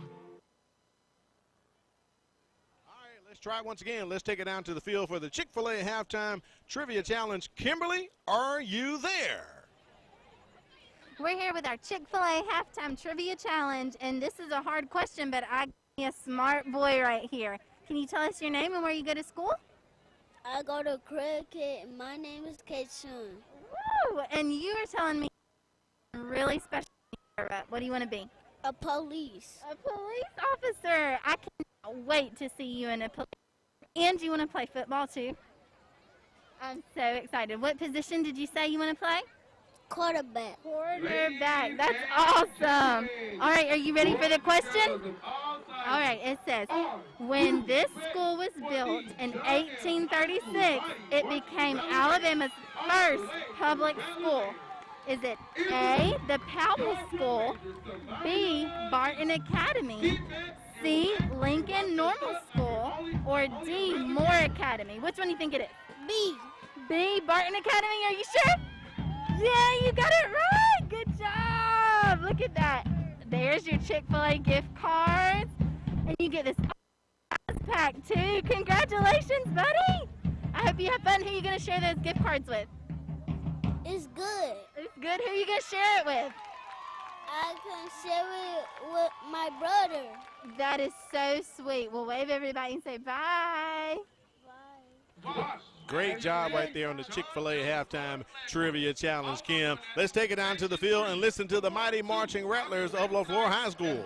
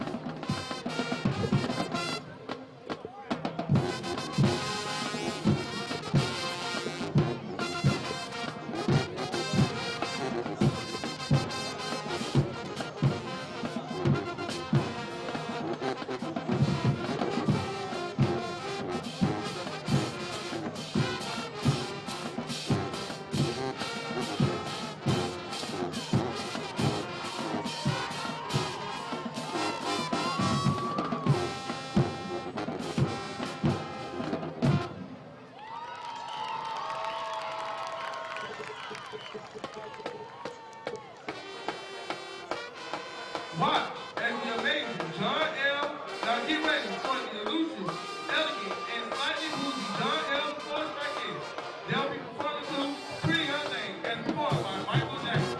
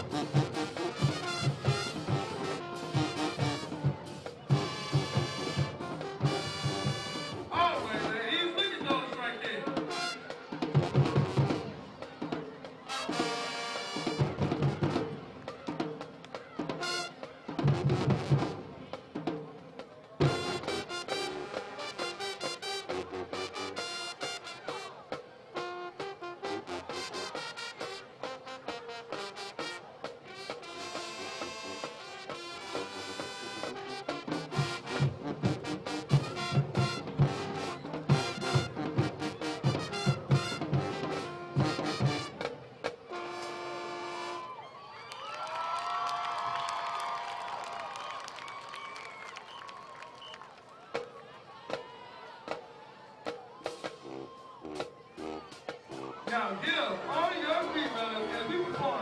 When I want to, my loud, yeah.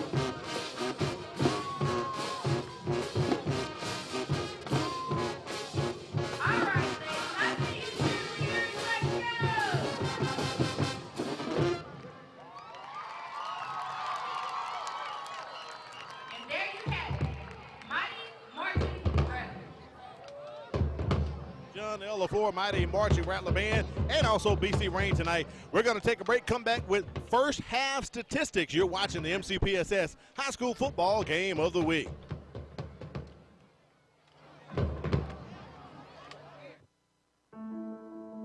A teacher is one of the biggest investors in a community. They impact the lives of those we value the most. Teachers share knowledge which helps shape and mold our future leaders. Teachers show direction and help build a sense of purpose. Are you ready to make a change? For more information on teaching opportunities, teacher incentives, or to apply with the Mobile County Public Schools, log on to www.mcpss.com.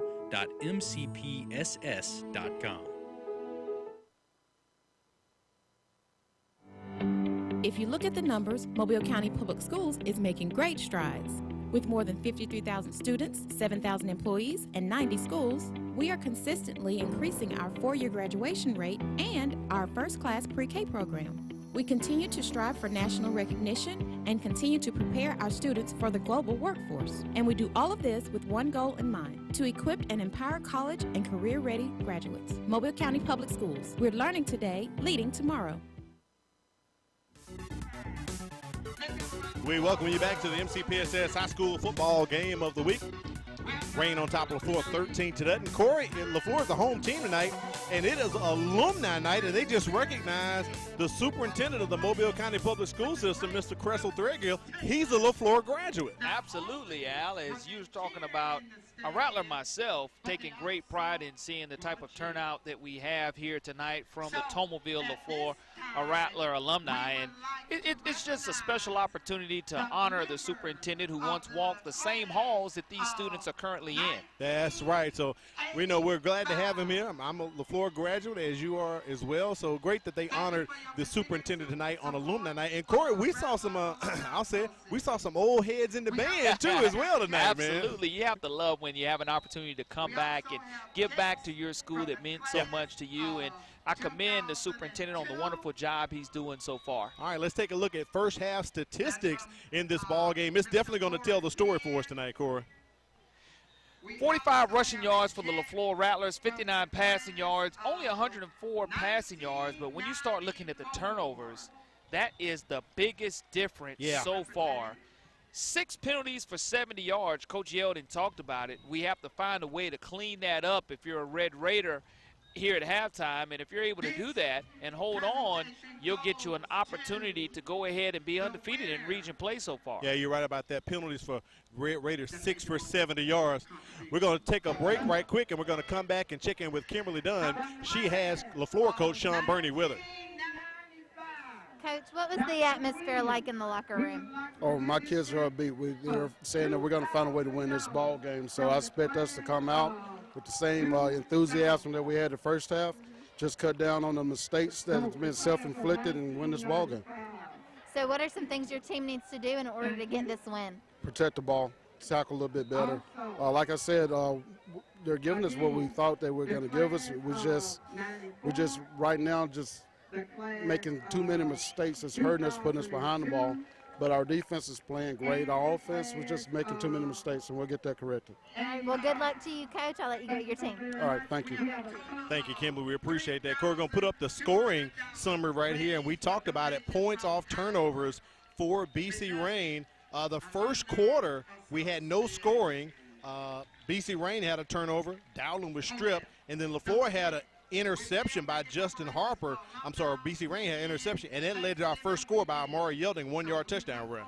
Yeah, when you start looking at the scoreless first quarter, I mean, that's what made the first quarter of action go by so fast. Right. There was only maybe 3 penalties called, and those were early in the snap count or in down and distance situations for BC Rain. And then the running started going very effectively for both teams, and then the second quarter was a little bit more drawn out with a few turnovers. But again, the difference here in the first half of action has been points off of turnovers. It really has. BC Rain has capitalized, picked up a late interception from Jordan Vines as Leflore was in the red zone trying to score, and Vines got that interception, rolled it on out to about the 40-yard line, and BC Rain couldn't get any points out of that situation. So we're right here 13-0 with BC Rain on top. Right now, let's take a look at some of the region standings we have in the area. 4A Region 1, We talked about Viger at the top of the broadcast, Corey. Undefeated, region play, undefeated overall, kind of under the radar. But coming up in a couple of weeks, you got a matchup between Viger and Williamson that's going to be huge for both teams. And here's the biggest thing. The Viger-Escambia County football game has now been moved to 4 o'clock p.m. on Friday. So that's a little earlier than expected game time change for that game. But with that being said, you're absolutely right. Williamson is the defending region champion. Sure. Viger was able to go ahead and get some momentum going last year as Williamson dominated the first half. Viger dominated the second half. Yeah. And again, we mentioned how St. Michael and Phillip Rivers has been shocking everyone. Sure has. Off to this 4-1 start. Picked up their first ever region win in school history, and now you're looking at them 4-1 overall. But Mobile Christian still has a lot to say about that too. So it's going to be a great finish here for a Region 1. Take it up to 5A. We get a chance to take a look at 5A Region 1. That's the region that we are in right now. UMS right undefeated. As you see, Rain undefeated in region play, overall 2-2, and Leflore right there sitting at 0-3. Now, here's the thing, Corey. BC Rain's about to go through the gauntlet. They have St. Paul's to play. They got UMS right to play and Faith Academy. Leflore only has Alberta and St. Paul's left in region play. So that's why we're saying this is a crucial ball game for both of these teams tonight. Absolutely. You want to be in a situation where you control your own destiny. UMS Wright and Faith Academy, I do believe, play each other tomorrow. So that will be a wonderful game. But Leflore, again, has an opportunity to control its own destiny, not only here in the second half, but for the remainder of their tough schedule. All right, that's going to wrap it up for taking a look at region standings. We'll get on 6A Region 1 and 7A Region 1 later on here in the ball game as we're about to have the kickoff here for the third quarter. A little short kick by the Rattlers trying to surprise BC Rain. That's a live ball, and it falls right into the hands of one of the Red Raiders. Leflore missed a great opportunity there to capitalize. It was one of those situations that you really wanted to catch BC Rain napping, and it was a good call. The ball just bounced BC Rain's way. They found a way to pounce on it. Now the Red Raiders will take over right at their own 42-yard line. Ricky Nichols brought that ball in for BC Rain. Leflore was almost about to get it as Nichols stepped in. So Rain with great field position at the 42, as you said, Corey. And the Leflore percussion section picks up where they left off in the second quarter. That's going to be the alumni percussion section at that. They probably haven't played like that in 20 years, Corey. Yeldon going to fake the give with the RPO. Keeps it himself for about 2 yards. 2nd and 8 coming up for the Red Raiders. Deshaun Mosley comes from his middle linebacker position to make a stop for the Leflore Rattlers, and now you're looking at 2-yard gain on that play. 2nd down and 8 yards to go now for the Red Raiders.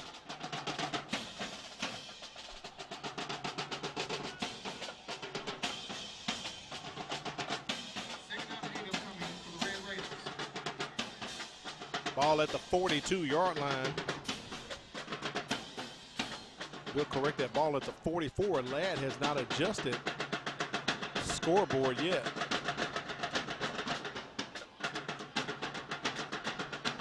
Fake the handoff to Dowling. Yeldon escapes out of the pocket and does get that pass completed to his receiver, Tristan Page. That's a first down, going to move the sticks. Page, the 5'5", 125-pound sophomore, gets the reception from the rolling out Yeldon. He does a good job of putting that ball on the money where he needs to. Fresh set of downs for the Red Raiders, now in Rattler territory with that completion. Ball on the 37-yard line of Leflore.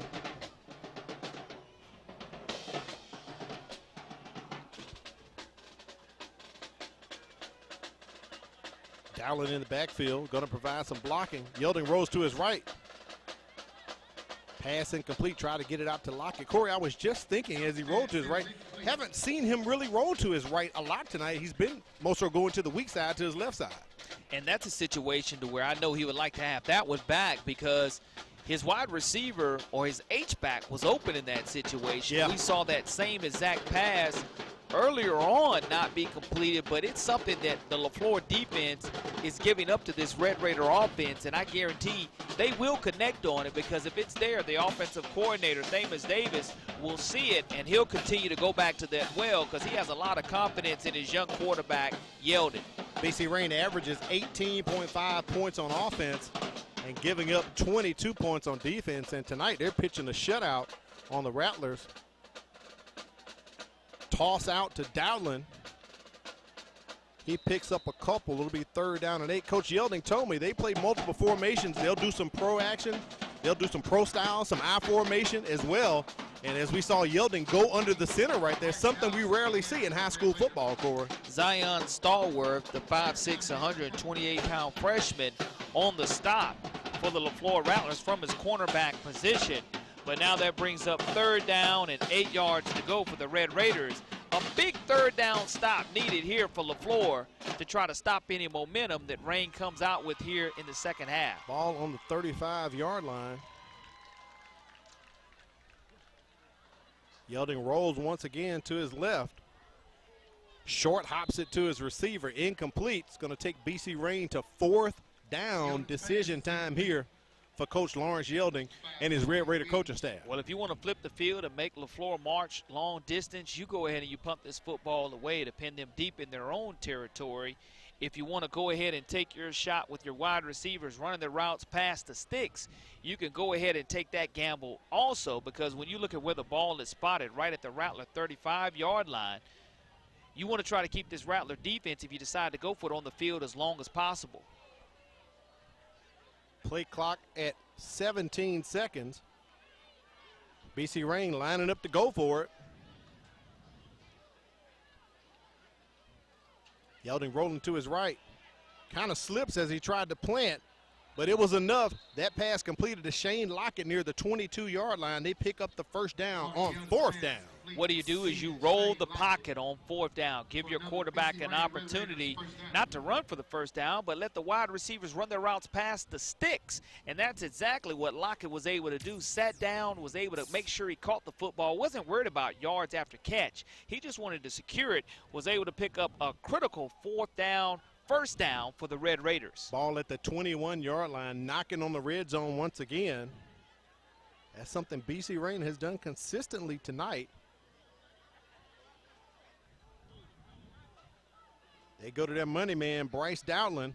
Corey, I think he's going to scamper in. 21-yard touchdown for Bryce Dowdland. Open up the second half of action with recovering the onside kick and then driving down the field.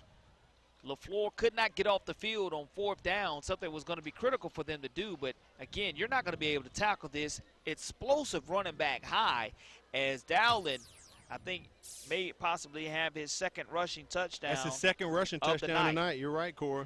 And I believe his 8th of the season rushing touchdown. Joel Hernandez on for the PAT. Tristan Page is holding. Off the upright, it is no good. BC Rain on top, 19-0. You're watching the MCPSS High School Football Game of the Week.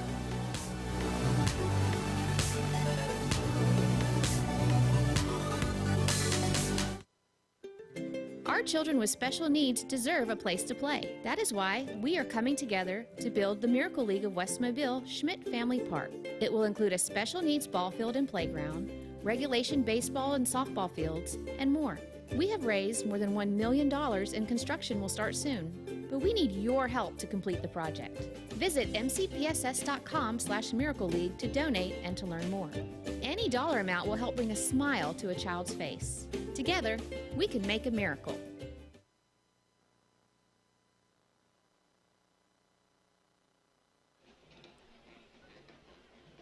Community partners. Thank you, Mobile County Health Department, Mobile Infirmary, and USA Health for partnering with MCPSS to vaccinate our employees and the community against COVID-19.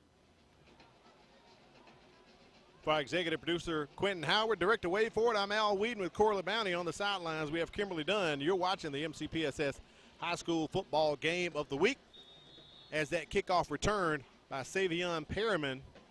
Going to have him at about the 30-yard line, Corey. 1st and 10 coming up for the Rattlers. Well, you know right now the Red Raider defense is going to be keying on where Demir Smith is. And if you're Leflore right now trailing 19-0, you don't want to get caught looking at the scoreboard because, again, no deficit is too large for you to overcome. Now, what you do have to do is you have to find a way to get the ball into 11 and 7's hands, as well as Joel Scott, a great wide receiver for, Josh Scott, a great wide receiver for the Leflore Rattlers. Now, 1st and 10 here, you don't want to turn the football over. I think that's what's very important for Leflore also. And you still have time to run the football and make BC Rain be honest in the box. Toss it to Demir Smith on a slight jet sweep. He gets past the 30-yard line to pick up a couple. Great drive put together by the Red Raiders. They came out of the locker room, and it sounds like Coach Yelding and his team made the adjustments as they drove that ball down the field to pick up another score. Hopefully we can get that scoring drive summary up there to let you know. It was a great drive. Probably used maybe 2-3 minutes off the clock, Corey. Absolutely. That they were able to punch it in, though, is impressive coming out of the locker room. They were able to take advantage of the onside kick, get points on the board, which is valuable in this type of contest. Now Leflore taking his time at the line of scrimmage. Here looking down at 2nd down and close to 7 yards to go. Ball on the 32-yard line. Going to credit Smith with 3 yards on the carry.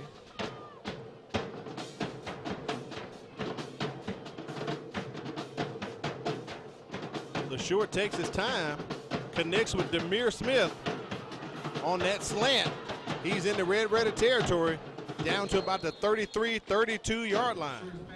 Marshall Sewell on the stop, but look at Demir Smith. You know where the football's going. Coach Yeldon talked about it, but whenever you get him in space, that's one of the things I talked about in my checklist. Right. BC Rain has to find a way to create a drought in space, and how are you able to do that? By go ahead and doubling him up. There's that BC Rain scoring drive summary, Corey. 2nd touchdown of the night for Bryce Dowling. Used 2:33 off the clock, 7 plays, 58 yards. Great drive by BC Rain. Looks like Leflore is ready to answer with the ball at the BC Rain 32-yard line. Now, if I'm Demir Smith and I see single coverage and no help over the top, which now they're cheating over to have help over the top, you want to get 11 involved right here also. You called it, Corey, on the screen, and boy, he is wrapped up immediately by Justin Harper on the tackle. So they're going to take a slight loss on that 1st down, probably bring up 1st and 14. Now what you want to start doing is you've already thrown the ball to 7. Now you've thrown it to 11. Now you find a way to get Scott the football in the slot. If you're going to run 2 wide receivers to either side of the football field, again, you want to make sure that you come back to the football and meet the football and allow your quarterback to drive the football with that side-on throwing motion to make sure that a defender does not step in between you and the football and take it for a pick 6.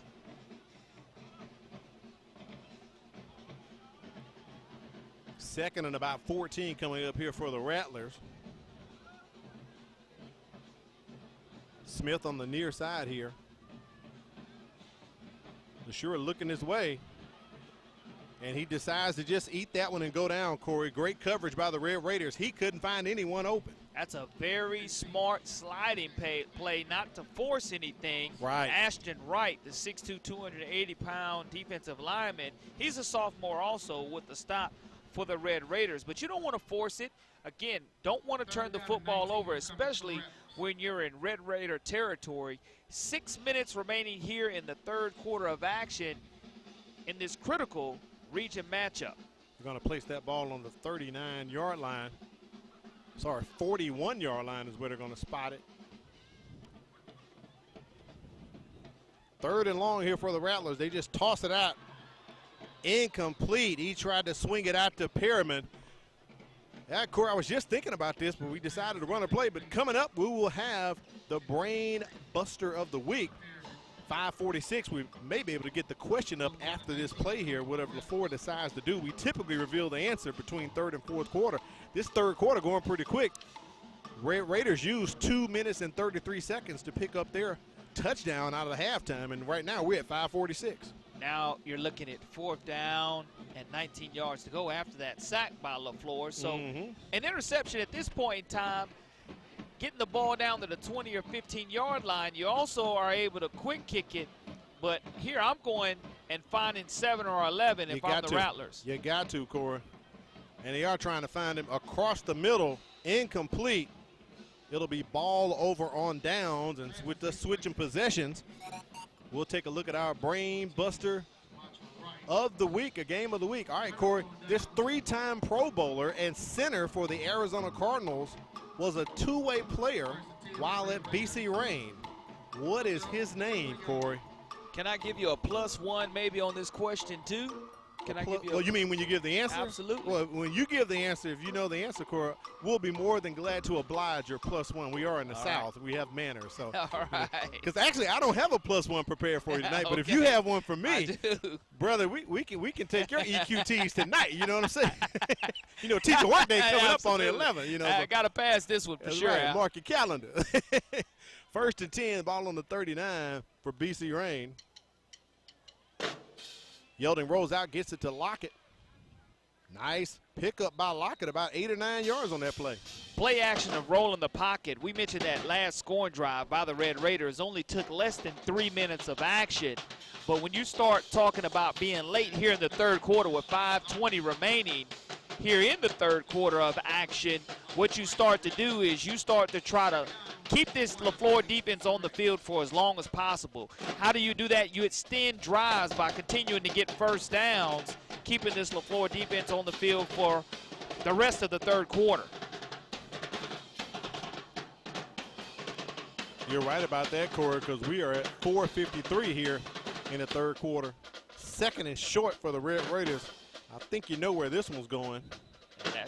That's going to be on BC Rain. Well, that's the false start. Leflore flinched, but never crossed and made contact or encroachment, and the offensive lineman just had to stay in his stance and did not. That will push the Red Raiders back to about the 45-yard line. So now we're looking at 2nd and 6 coming up for BC Rain. And Corey, I got to adjust my volume once again in my headset. The alumni percussion section is feeling the spirit tonight, if you catch my drift, on alumni night for Leflore.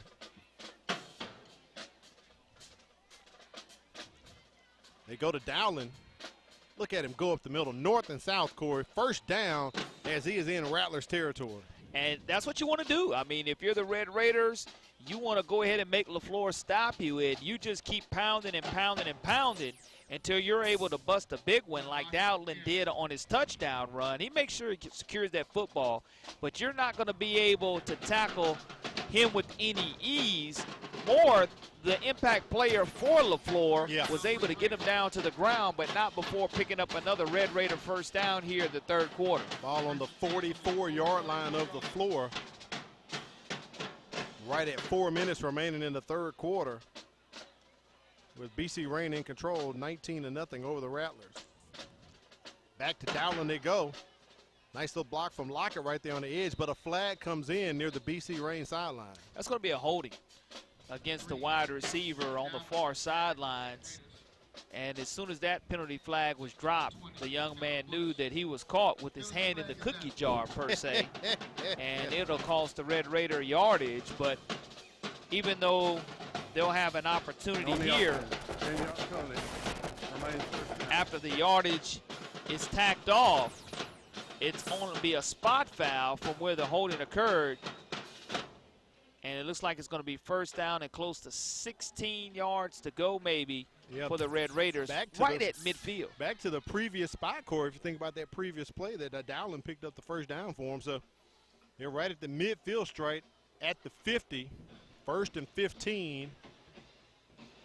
As Yeldon looks to the sideline to get the call from offensive coordinator. Timeout. Thamus Davis, but it is a timeout. BC Rain has called a timeout, 3:16 here remaining in the third quarter. Al Whedon, Corey LeBounty. On the sidelines, we have Kimberly Dunn, and you're watching the MCPSS High School Football Game of the Week.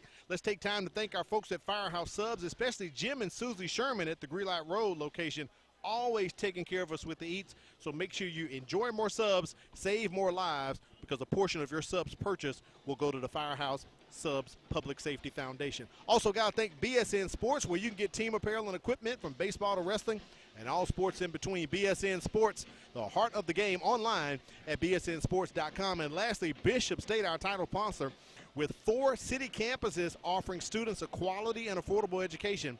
Visit bishop.edu to learn more. Bishop State, a great place to start. And don't forget to mark your calendar, Corey. We just talked about it. Teacher Workday coming up October 11th. All schools will be closed. Kids will be at home. Teachers report to work. Teachers Workday. And China Powell and Matt Moore kind of look at me cross-eyed here, Corey. Our statisticians, they work for the system. They're like, why do you repeatedly keep saying October 11th? I have a producer in my ear giving me instructions to share with the crowd and the viewers what's going on. But they're looking at me side-eyed like, that's enough of that, Al. That's enough of it. 12 men on the field for Leflore. Wow. Coming out of the timeout. So that's going to give BC Rain a free 5 yards right there. It's either going to be 1st and 11 or 1st and 10, depending where they place the ball in the down marker. I'm going to say 1st and 11 here, Corey. Ball at the 45-yard line. Got to give you props and shout-outs to you and your folks over there at BSN Sports. I saw the crew T-shirts.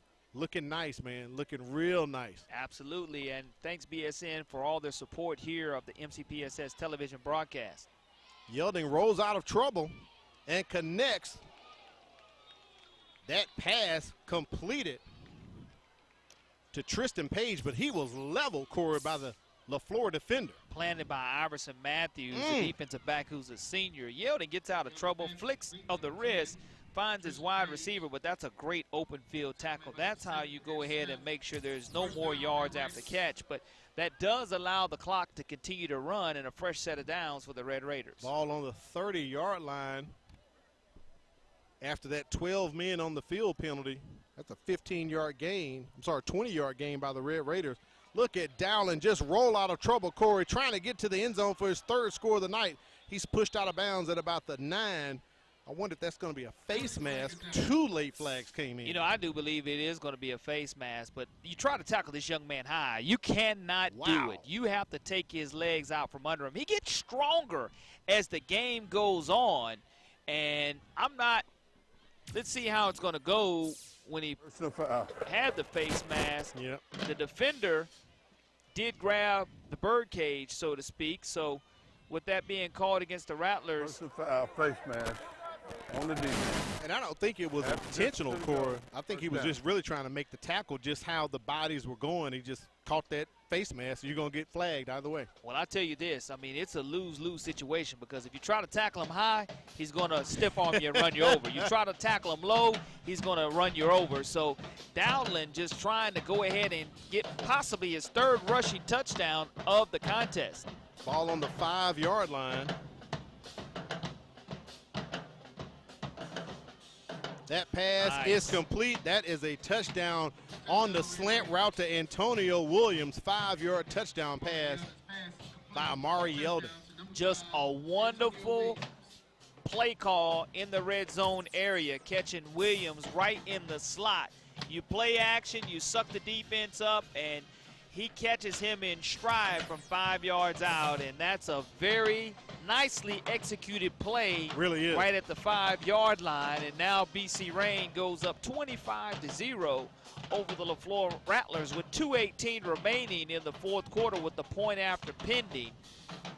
But it all boils down to converting on 4th down and keeping the Rattlers on the field and finding a way to extend the drive. The 2-point conversion is going to be run right now by BC Rain, and it's going to be incomplete. So looks like they were trying to get it to Amari Yelding, as a matter of fact. So 25-0. That's Yelding's 2nd touchdown of the night. He ran one, and now he's thrown for one. So, Corey, we got a little break. Let's go ahead and put up the answer to our Game of the Week Brain Buster. Sounds like you may have an inkling of an idea. We get the question up here as we're about to change over possessions on the kickoff. All right, Corey, this 3-time Pro Bowler and center for the Arizona Cardinals was a 2-way player while at BC Rain. What is his name, Corey? Well, I'm going to go with Rodney Hudson. Okay. Rodney Hudson. Let's get Miss Diane and Wade to hit the button. And Rodney Hudson, Corey, BC Rain class of 2007. So good answer. You may have a +1 for me tonight, Corey. Is that correct? All right. What else did Rodney Hudson do in regards to his extracurricular activities as well while he was in high school? What other extracurricular activity was he involved in? I'm just going to say basketball, Corey. How about the band? Oh, was it tuba, Corey? It was the tuba. I actually knew that when he talked about it when he came back a couple years for the Senior Bowl. But yeah, he played tuba in the band too as well. So that's really doing all your extracurriculars right there, Corey. And you know, it's one of those things where you show your versatility and the high IQ that Rodney Hudson does have. Because I was surprised when the Raiders went ahead and released him, but he fell into a beautiful spot with the Arizona Cardinals. And because of all his hard work, he gives a lot back to BC Rain. Sure does. And he's one of those guys to where when he went on and played his collegiate football at UAB, if I'm not mistaken, that's right, UAB you had an opportunity here now in the NFL to be one of the highest paid linemen offensively in the NFL. That's right. At one point, I know he had signed the largest contract for a center ever when he was with the Raiders. But I'm surprised they did let him go. But he's going to make sure he get his reps in with that young man at quarterback for Arizona. Absolutely. You're going to be running up and down the field. Kyler Speaking Murray. of running, great job by Severio Singleton on that return. They're going to give it to Demir Smith out of the backfield. Leflore trying to get some instant offense here. Down 25 points with 1:53 remaining in the third quarter. They need to get points on the board immediately. Well, you just put it into one of your playmakers' hands, and that playmaker, the most explosive playmaker, is going to be Demir Smith. You give him as many touches as he can, and when he's not touching the ball, he's definitely a great decoy for the Leflore Rattlers to have. But you're looking at the quarterback in this situation. Excuse me, Rodney Hudson did go to Florida State, not UAB. Yeah, you're right about that. Florida State, not UAB. Hand off to Perriman. Tries to make a turn on the edge. Gets it back to the line of scrimmage. Corey, it's all forgiven at this point. Florida State needs some positivity. They do, they do. He's probably one of the most positive things that have happened for the Seminoles. Even mentioned in the Florida State Seminoles in our broadcast is a bonus for Tallahassee. 3rd and 3 coming up for the Rattlers on the move at the 35-yard line. As Corey likes to call it, they're trying to get the goose egg off the board if they can.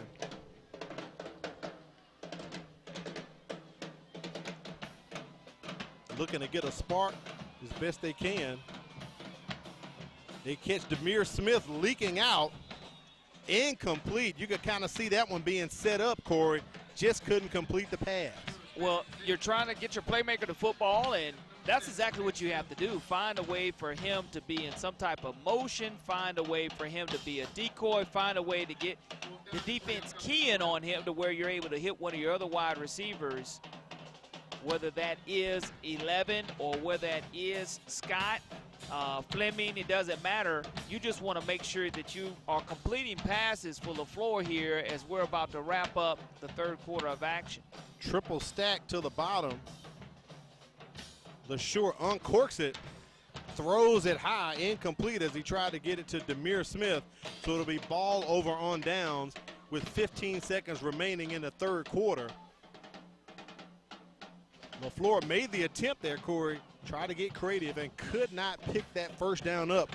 BC Rain's going to get the ball here at their own 35-yard line. Yeah, it was a desperation situation for the Leflore Rattlers, but BC Rain did a good job staying home, and the route was run past the needed first down yardage, just knocking it down on 4th down instead of intercepting it. And because of it, that's what you call a nice high football IQ, because you get better field possession by knocking it down versus taking the interception. They're going to place it at the 34-yard line. 15 seconds remaining here in the third quarter. Jet sweep for the Red Raiders. Quinney with the run past the midfield stripe. Nice game right there by Carl Quinney. That's going to take the clock down to the end of the fourth quarter. I mean, end of the third quarter, Corey. But what you're trying to do is, Leflore, you want to tackle low, not high here in the fourth quarter, because I know you've been on the field for at least half of the third quarter of action here at Lab People Stadium. All right, we're going to come back, give you one more quarter of action. You're watching the MCPSS High School Football Game of the Week, brought to you by Bishop State. Rain on top.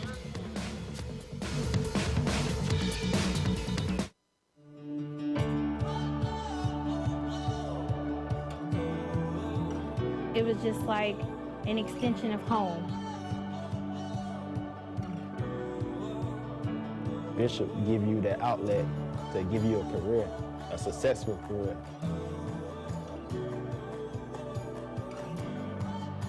We're doing some great things at Bishop State. Keep an eye on us.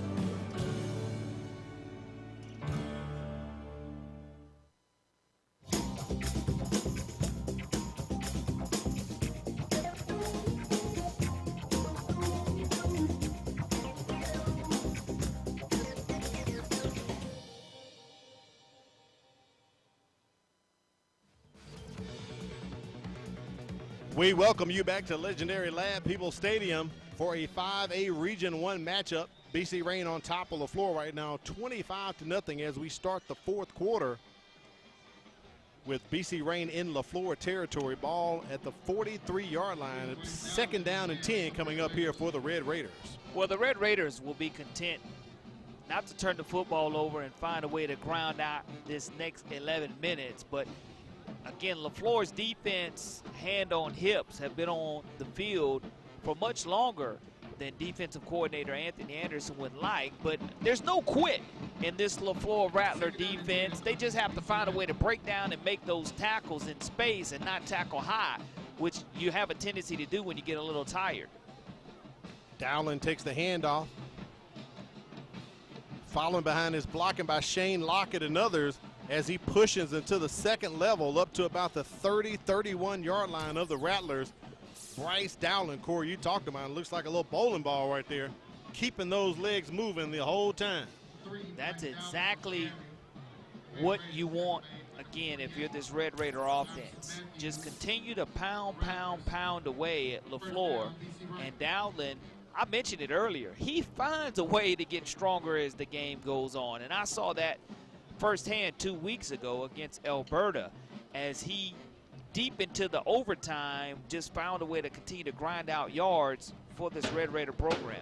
First and 10, ball on the 30-yard line for BC Rain.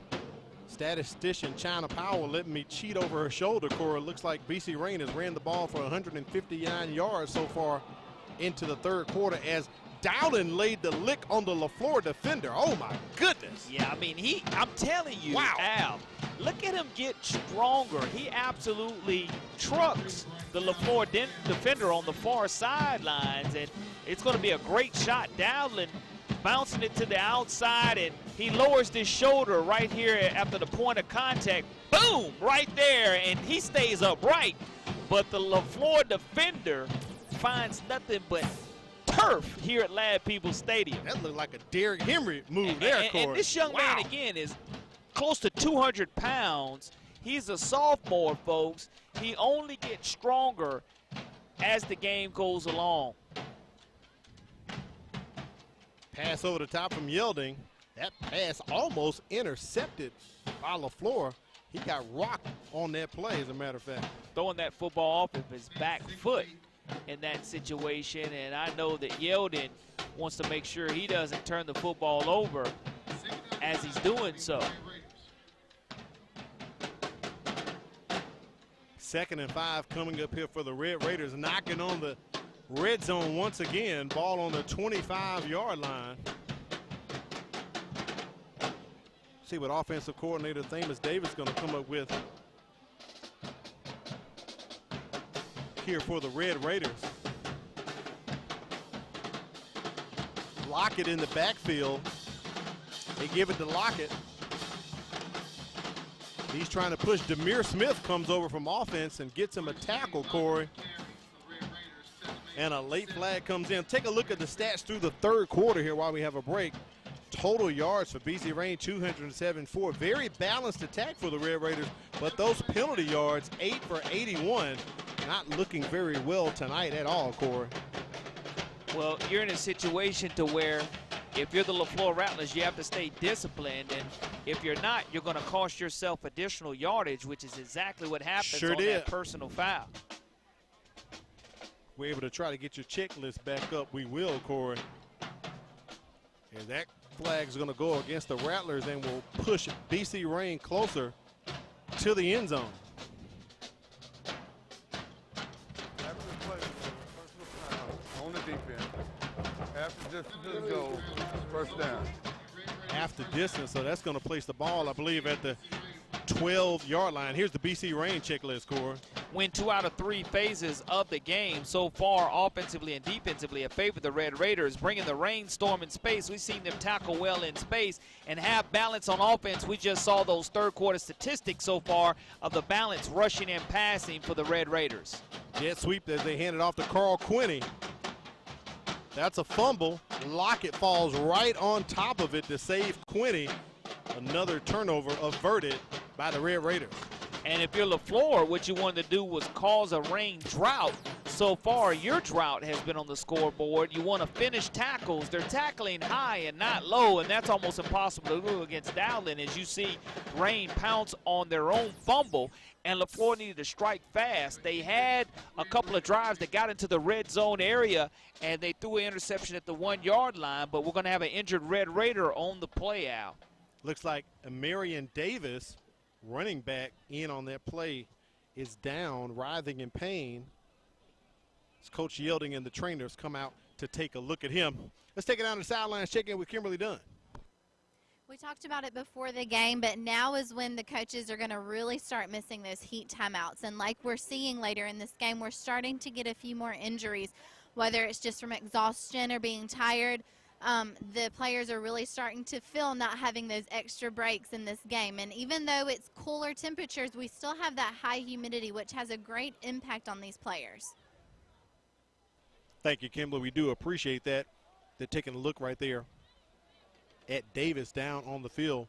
Corey, you talked about it with your checklist.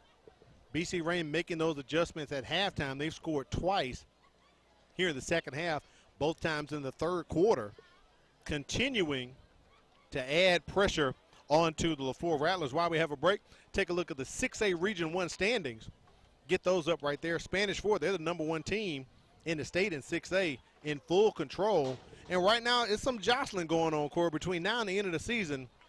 You're going to see as teams win, teams lose, who's going to kind of separate themselves. Right there at the bottom, you're looking at Blunt and Citronelle. We've had Citronelle on twice this season, had Blunt on twice this season. Both of them are 1-1 appearing on the broadcast. But right there in the middle, look at the log jam, 1-2, 1-2, 1-2. Also blended at 1-2 bunch as well. Well, we always call 6A Region 1 the SEC West. Yes, sir. Of high school football. And there's probably not a better region in the entire state of Alabama, 1A through 7A, because you look at Spanish Fort making it to the state championship game the last couple of years. Sure has. And before that, you had Saraland making an appearance, and McGill-Tulane not too long ago was a state champion in 7A, dropping down to 6A. So it does not get any easier in this 6A Region 1. Had a chance to do the presentations for the Crichton Optimist Club Player of the Week luncheon yesterday, Corey, and McGill-Tulane had 2 players receive awards for the Crichton Optimist Club.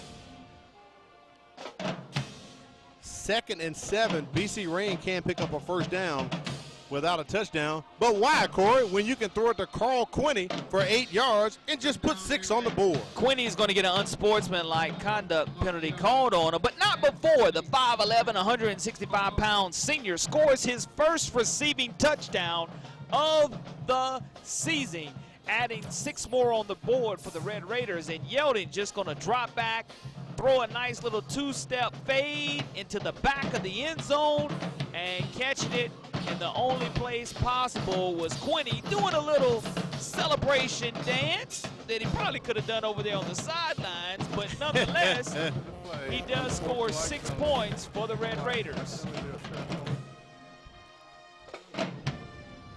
That is, I'm sorry, not Quinney, that is Yelding's 3rd touchdown of the night, Corey. 2 in the air and 1 on the ground. Right. So for a second, you had Dowling making a case for our Career Tech Education Player of the Game, but Amari Yelding putting a little pressure on Dowling to get his name into the mix as the extra point is good. BC Rain extends their lead to 31-0 over Leflore. Let's take a look at the 7A Region 1 standings. Right there, 9-team region, so you still got a lot of teams in this. Things have yet to be decided, but sitting in region play, you got Baker 3-1, Fairhope and Theodore undefeated. They're going to be meeting next week, Corey, so that's going to be a battle for first place next week in 7A Region 1. Yeah, I mean, Theodore won the region 1 year ago, and they're trying to defend that region crown. Right. Is the name of their game is to go ahead and take one bite of the elephant at a time. Eric Collier has his team prepared for what's at hand, not looking ahead.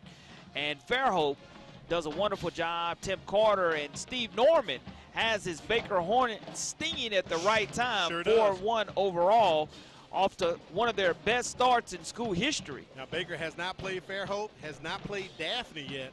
So those are going to be two critical ball games coming up in the second half of the season. So 7A Region 1. Hopefully, after this kickoff, we can start getting to some of the state polls, part of the Alabama Sports Writers Association top 10s of the week.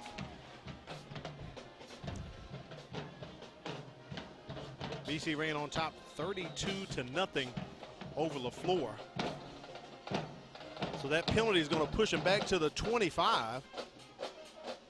I wonder if Deloche is going to do a pooch here, or he's going to really put his foot into it. Kick it as hard as you can. And he puts his foot into it. One of the up men for Leflore is going to take that to Matra Wright on the move, Corey, and he's going to be taking it to the house. And he does it with one shoe. You look at his feet, he has no shoe. He lost his shoe probably about the 35-yard line, and that's what you call putting your foot in it, Al, as he was able to go ahead and take that kickoff to the house. He fields it right at the 30-yard line, so that's going to be a 70-yard return. You look here as he cuts it up, he cuts back at the 50, and there goes the shoe. There goes the shoe. And he scores without those shiny shoes that he has. He almost gives up too early. But does score 6 points and avoids the shutout for the Leflore Rattlers. Let's see if there's a flag on the play. It's right at the 28-yard line. I was trying to tell you, Corey, there are 2 flags on the play. There were some extracurriculars going on before he got into the end zone. So I don't know if that's going to wipe the score off the board. Personal foul against Leflore. That may take the score off the board, Corey. And they are marching it backwards, as a matter of fact. Run, personal foul. 15-yard penalty, first down. It's going to be for a spot. So unfortunately, the 6 points come off the board for Tamatra Wright. Well, if you're Leflore, you had an opportunity there for positive yardage and give your alumni band as well as your student band an opportunity to play that fight song. And now, if you're Leflore, you want to try to get life here with 7:40 remaining in the fourth quarter of action, trailing 32-0. Through 4 quarters, Amari Yelding is 13 for 20, 177 yards passing, 2 through the air, 1 on the ground, and Bryce Dowling, 111 yards on 15 carries. That pass almost intercepted by BC Rain. Wow, that would have been a great snag by DeMargio Sewell, Corey. Sewell, the 5'11", 180-pound senior, wanted to go ahead and try to tip it to one of his teammates because he was falling backwards to keep the ball alive. Right. But that side-on throw by LeSure, he tried to tip it but couldn't get the weight and the momentum of him take him backwards. He couldn't tip it to his teammate, which would have been a play of the day It really type would have. interception. All right, it is 2nd down and 10 coming up from the floor. Ball on their 39-yard line. Trip receivers here to the near side for Leflore. They dish it off right quick. Little quick out pass to the receiver. Couldn't get a number on him. Take a look at the state polls, 4A polls. The top 4 are the same from last week in Class 4A, with the Vigo Wolves sitting solid at 3 coming off a bye last week. Williamson moved up from 1 spot to 5, with St. Michael on the outside looking in with 2 votes. So it's 3rd down and 4 coming up here for the Rattlers. That completion to Lamar Horn. Lamar Horn. Horn coming over from defense to play some offense tonight. Blitz on for LeSure. He gets out of trouble, Corey, and gets it completed to Demir Smith. Josh Scott throws a block for him. That's enough for the 1st down, and the chains are going to move for the Rattlers. Here's the 5A poll. Pike Road still on top this week's poll. Central, Clay County, and Russellville both lost last week and fall a few spots, allowing UMS Wright to move up 1 spot to 7, and Faith Academy goes up 1 spot to 10. St. Paul's sitting outside the top 10, picking up just 5 votes, Corey. I had them in my 5 mid-season surprises. The St. Paul Saints. Where are they at, Corey? They're on their way up, if you ask me. They have some critical region games left, but never underestimate Steve Mass because his state titles speak for themselves. That's right. 1st and 10, ball on the 28-yard line. LeSure has plenty of time, and he throws it right to the BC Rain Red Raider defender. I think that's Mike Jones. No, that's Ricky Nichols, Corey. Nichols trying to take it 6 to the house. A pick 6. Corey, let me scan the field. I don't see any flags on the play. That is a touchdown. A house call for the Red Raiders. And you look at linebacker Ricky Nichols, the 5'11", 212-pound freshman who is an impact player. That's right. At the beginning of our telecast, now you see why this young man just added 6 to his resume as a 5'11", 212-pound freshman. And to our left, one of our statisticians, Matt Moore, had an opportunity to coach this young man in middle school, if I'm not mistaken, as Coach Moore is in the feeder program for the BC Rain Red Raiders. And I was talking to him at halftime. He said he has a couple of his former players suited and booted for the Red Raiders at that. But that is a house call that the middle linebacker Ricky Nichols makes as a freshman. And also congratulations to Coach Moore and his Palmer Pillins team. They picked up a middle school win today over Denton, Corey. Hey, Thursday afternoon That's middle right. school football, followed by Friday night football. It's been a long day for our statistician. I'm going to have to talk to the principal at Pillins and make sure that he checks the attendance tomorrow to make sure Mr. Moore shows up for work tomorrow. It's been a long day. It's been a long day for our buddy Matt Moore. Kick is up,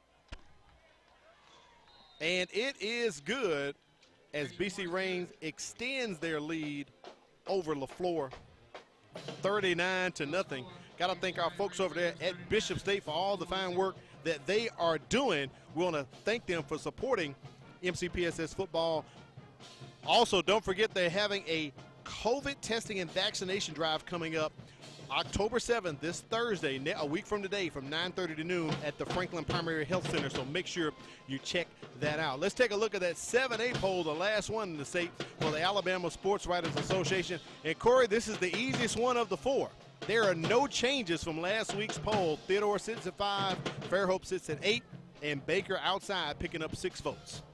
Not surprised at 1 and 2, and I can't wait for 1 and 2 to play That's each other. That's going to be huge. The last game of the regular season there. But again, our local representation here in the Mobile County Public School System has been the Bobcats at Theodore. And again, that Theodore-Fairhope matchup will be fun to watch with Baker having to play both Fairhope. Yeah, they have not played Fairhope nor Daphne yet. So those are going to be 2 critical games in 7A Region 1 on the back end. And Theodore will meet Fairhope next Friday night, Corey, as a matter of fact. Yeah, they're hosting Fairhope. And BC Rain's going to get called for excessive celebration. That's why they're kicking off here from the 25-yard line, their own 25-yard line, after that touchdown pick 6 house call by the freshman linebacker. A little bit too excited with the Red Raiders, but it's okay when you're leading 39-0. It'll be one of those things that'll be talked about, but that's one of the penalties I don't think Coach minds having. Little short kick. LaFleur is going to field it right at the 50-yard line. Coming up next week, we're doing it tonight on Thursday, and I think we're going to be doing it again next Thursday, as a matter of fact, as Murphy's traveling down to the I. Murphy versus Bryant. So once again, we'll be the only game in town Thursday night, October 7th, as we take it down to South Mobile County, Irvington. You're looking at Murphy versus Bryant, two teams in 7A Region 1, both of them trying to get their act together so far this season, Corey. As I talked about Murphy in my 5 mid-season surprises. Oh, Murphy, where are my Panthers at, Corey? Ball on the 48-yard line of Leflore. 5:01 remaining here in the contest. And looking like two good candidates for the Career Tech Education Player of the Game. Amari Yeldon, quarterback for the Red Raiders, and also their running back, Bryce Dowdland, has 2 touchdowns, and Yeldon has 3, 2 through the air and 1 on the ground, as a matter of fact.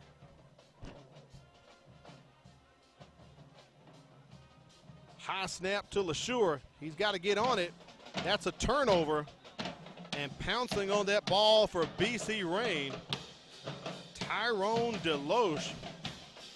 If I'm correct, Corey, I checked my sheet here. That would be the 5th turnover of the night for Leflore. More than the Rattlers would like, because again, it's 13-0 at halftime. Yes. Yes, it was 13-0. Both scores happened in the second quarter. Turnovers came for the Red Raiders off of Leflore having turnovers. But now here in the second half, Leflore hasn't found a way to go ahead and keep the ball off of the turf. And because of it, another turnover added to that column for the Rattlers. Just be something for them to look at on film and correct as they're moving forward. Next week, the Leflore Rattlers are at Alberta. I think we have a timeout here from BC Rain and Coach Lawrence Yelding. So if we have a chance, we can get on the Career Tech Education Player of the Game, because BC Rain is coming back out on the field, and see who we will have revealed for our Career Tech Education Player. Both players making a good case tonight, Yelding and Dowland. With Dowland rushing over for 100 yards and Yelding throwing for more than 150 with 3 touchdowns, 2 on the ground and 2 in the air and 1 on the ground, Corey. You know, Al, when I start thinking about it, I really do think that it's going to be Cope. I think both of them have done equally a yeoman's job in this situation, to where Yeldon has learned and grown as this game's gone along, made the good throws, and Dowland continues to run hard the entire contest and get stronger, but both of them are very deserving. I could see that as well, Corey. I could see that. It won't be the first time we've dished out Career Tech Education players, but both make a strong case. Dowling ran consistently. High snap to Yelding. Shane Lockett trying to get on it, cannot. So that's going to be a turnover right there. Corey, I think we may have jinxed him. Second turnover tonight for the Red Raiders. So let's take a look at who our Career Tech Education Player of the ball game is going to be. Going to have 1, or if we're going to have 2.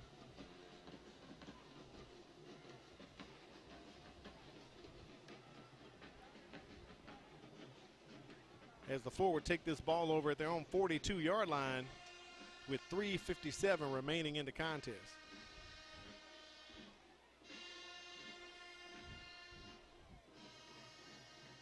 Thought we had the Player of the Week ready, so got to apologize for that. Still working on it in the truck.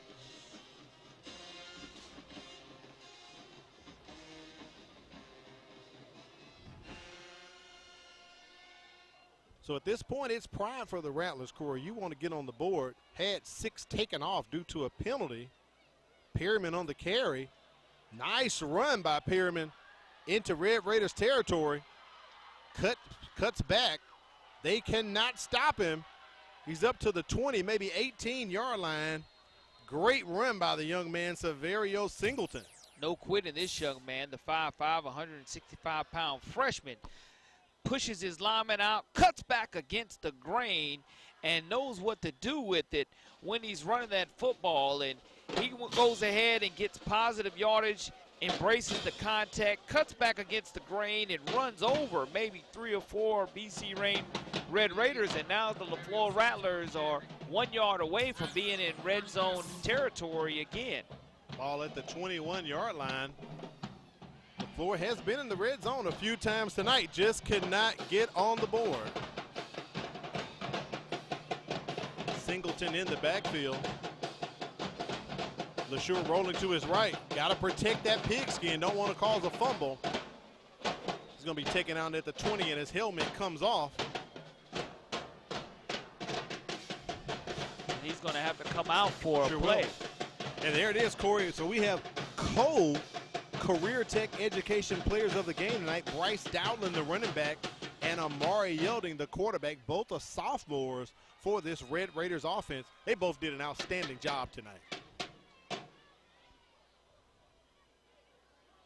Now they're going to mark the ball right at the 20-yard line, so it'll be officially red zone territory upcoming for the Rattlers. They're going to put in Demir Smith to play quarterback as he counts up the players to make sure he has 11. Smith hands off to Singleton, and he plows forward inside of the 15 for a nice carry. Be 3rd and short coming up for the Rattlers. And LeSure still on the sideline about to take his helmet off. He may be done for the night, Corey. As Smith is going to remain in at quarterback for the Rattlers. Smith on the keeper.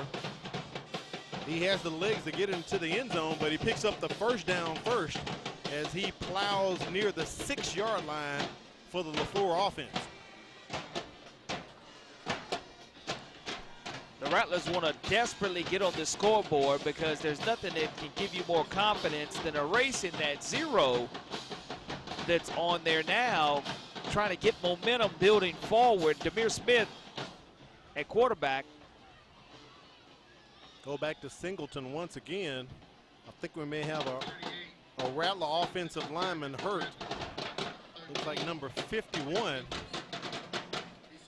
Cameron Bell writhing in pain down near the 8-yard line. Cameron Ball injured on the play, and it may be a cramp situation. You hope that's what it is, because this young man has played his heart out for the Leflore Rattlers from his left guard position. I hope no one rolled up on him, Corey. There was a lot of blocking, and Singleton kind of hit that hole. You know, sometimes the lineman can get rolled up behind him. Don't forget, next week, we're going to do it again on Thursday. It'll be Murphy versus Bryant. We'll go live at 6:50 with our pre-kickoff show brought to you by Bishop State. Our first time this year going down into the I to check out Murphy versus Bryant, a 7A Region 1 matchup as they look at ball down on the turf right here. Got to thank the folks over there at Firehouse Subs providing us with the great eats.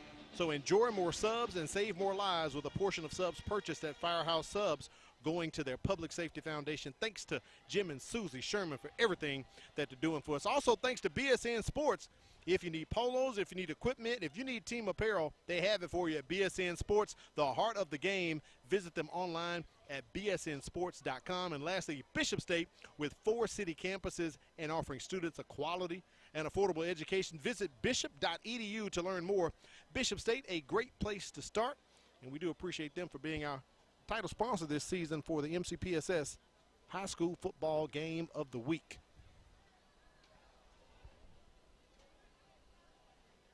Trainer still attending to ball down there, Corey. May have been a bit more than a cramp. We'll take a break, come back, see if LeFlore can punch it into the end zone to get a score. You're watching the MCPSS High School Football Game of the Week. It's the 2021 MCPSS Virtual Signature Academy Showcase, October 19th from 4:30 to 6:30 p.m. Register at signatureacademyshowcase.bfairs.com. Representatives from all 12 high schools will be on hand to talk about our academies. This event is open to all 7th and 8th graders and their parents. So register today and have your questions answered regarding your child's transition into high school and into a life-changing career path. It's the 2021 MCPSS Virtual Signature Academy Showcase, October 19th from 4:30 to 6:30 p.m. We welcome you back to Lad Peebles Memorial Stadium. BC Rain all in control tonight, 39-0 over Leflore. We're less than 1 minute remaining in the ball game. Leflore trying to get on the scoreboard. LeSure back into the game. Fumble, snap. Johnny on the spot. Severio Singleton, Corey, he saved another turnover for the Rattlers. 39-0 here. Looks like it could possibly be our final score. Leflore is going to go ahead on 4th down and 2 and call a timeout to make sure that here their last play of the game may lead to a score, because I mentioned they have Alberta next week at Alberta. And if you can get points on the board here as time expires, it does do wonders for your team in regards to type of confidence. Even though you won't win this game here at Lab Peoples Stadium, you'll have momentum going forward into the next week's game. That's right. You want to call a positive play. First of all, you have 2 timeouts. And, Corey, you only need 2 yards to get the first down. So get the first down, stop the clock, or burn another timeout to maybe call up 2 or 3 good plays that you can run to try to get into the end zone. So no quit right here for the Rattlers, and definitely no quit in the band and the alumni folks who came out tonight, Corey, because I think maybe some biofreeze used tonight for a few of those alumni band members, if you catch my drift. I love it. You know, the support of the orange and green is imperative, and it really is. Not the outcome they wanted on the scoreboard, but again, have fun while you're at it, and that's something that these alumni band members have definitely had tonight. Actually was a good turnout for a Thursday night ball game as well on both sides, the Rattlers fans and the Red Raiders fans. Across the middle they go. That ball tipped by 3 Rattlers receivers but could not be brought down. That was 4th down.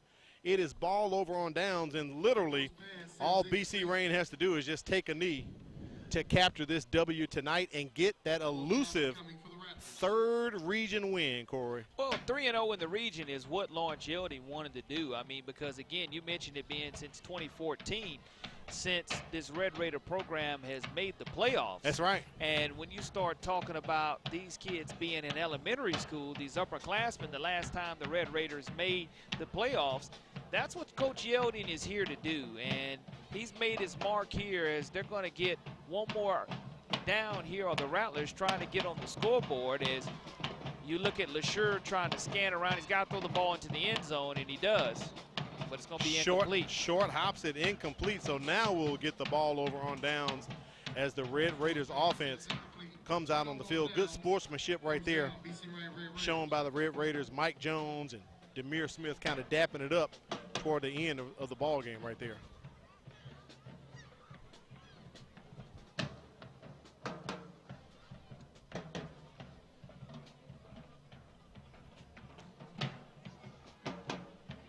Ten seconds remaining here in the contest. And Corey, right to the end, the Leflore band still going at it. So you wouldn't know they were down 39 points right now. Absolutely not. It's the spirit of the orange and green living on. And BC Rain is going to take a knee right here. And again, like you said, get their 3rd region win here in 2021. And that's a step in the right direction for this program as they're going to run the clock out here, getting to the 1 or 2 yard line and just running out of bounds as clock time expires. And there it is. BC Rain gets the win 39-0 tonight. And they improved to 3-2, but most importantly, 3-0 in the region. Hopefully Kim can get a chance to talk to Coach Yielding and also our Career Tech Education players of the ball game. Hopefully we can get the final stats up for tonight as well to take a look at the story behind this 39-0 win, Corey. Big time win for this Red Raider program. And again, going in the right direction is Lawrence Yielding, and our Career Tech co-players of the game, both very deserving. Oh, yeah. As you're talking about the quarterback rushing and throwing, and Dowling getting stronger as the game went along. But that's attributed to their head coach, working them out early in the mornings and working them out after practices, and the guys just putting in the work to get the results they wanted on the scoreboard tonight. Yeah. There are the stats right there. Take a look at them. Total yards, 308 yards put up tonight by BC Rain, Corey, and a very balanced attack, rushing and through the air, as you can see right there. That's exactly what they needed to do in my checklist at the beginning of the game. Be balanced.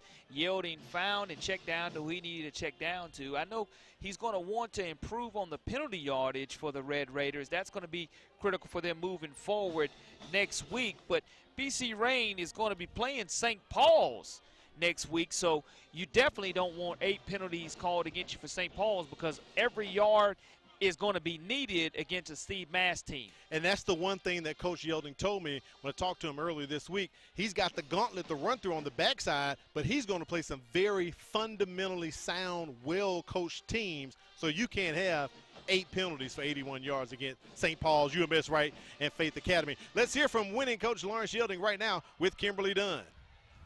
Coach, how do you feel about your team's performance tonight? I'm pleased that we got the win. It wasn't as clean as I would have liked for it to be, but we came out, we did what we needed to do to get the victory, and at the end of the day, that's all that matters. Now we got something to go back and look at tape on, get corrected, but it feels a lot better getting corrected when we get a W out of it. So, we're proud of the energy that they came out with, the focus that they came out with.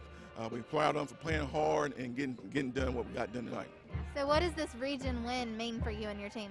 I mean, it means that we're 3-0, and we have 3 more to go against the 3 that are left for us. I think St. Paul's, Faith, and UMS, which we know that those are 3 class programs. So we just got to go back, get to the drawing board, and get ready to play another one next week. All right. Well, thank you so much, Coach, and congratulations. Yeah, thank you.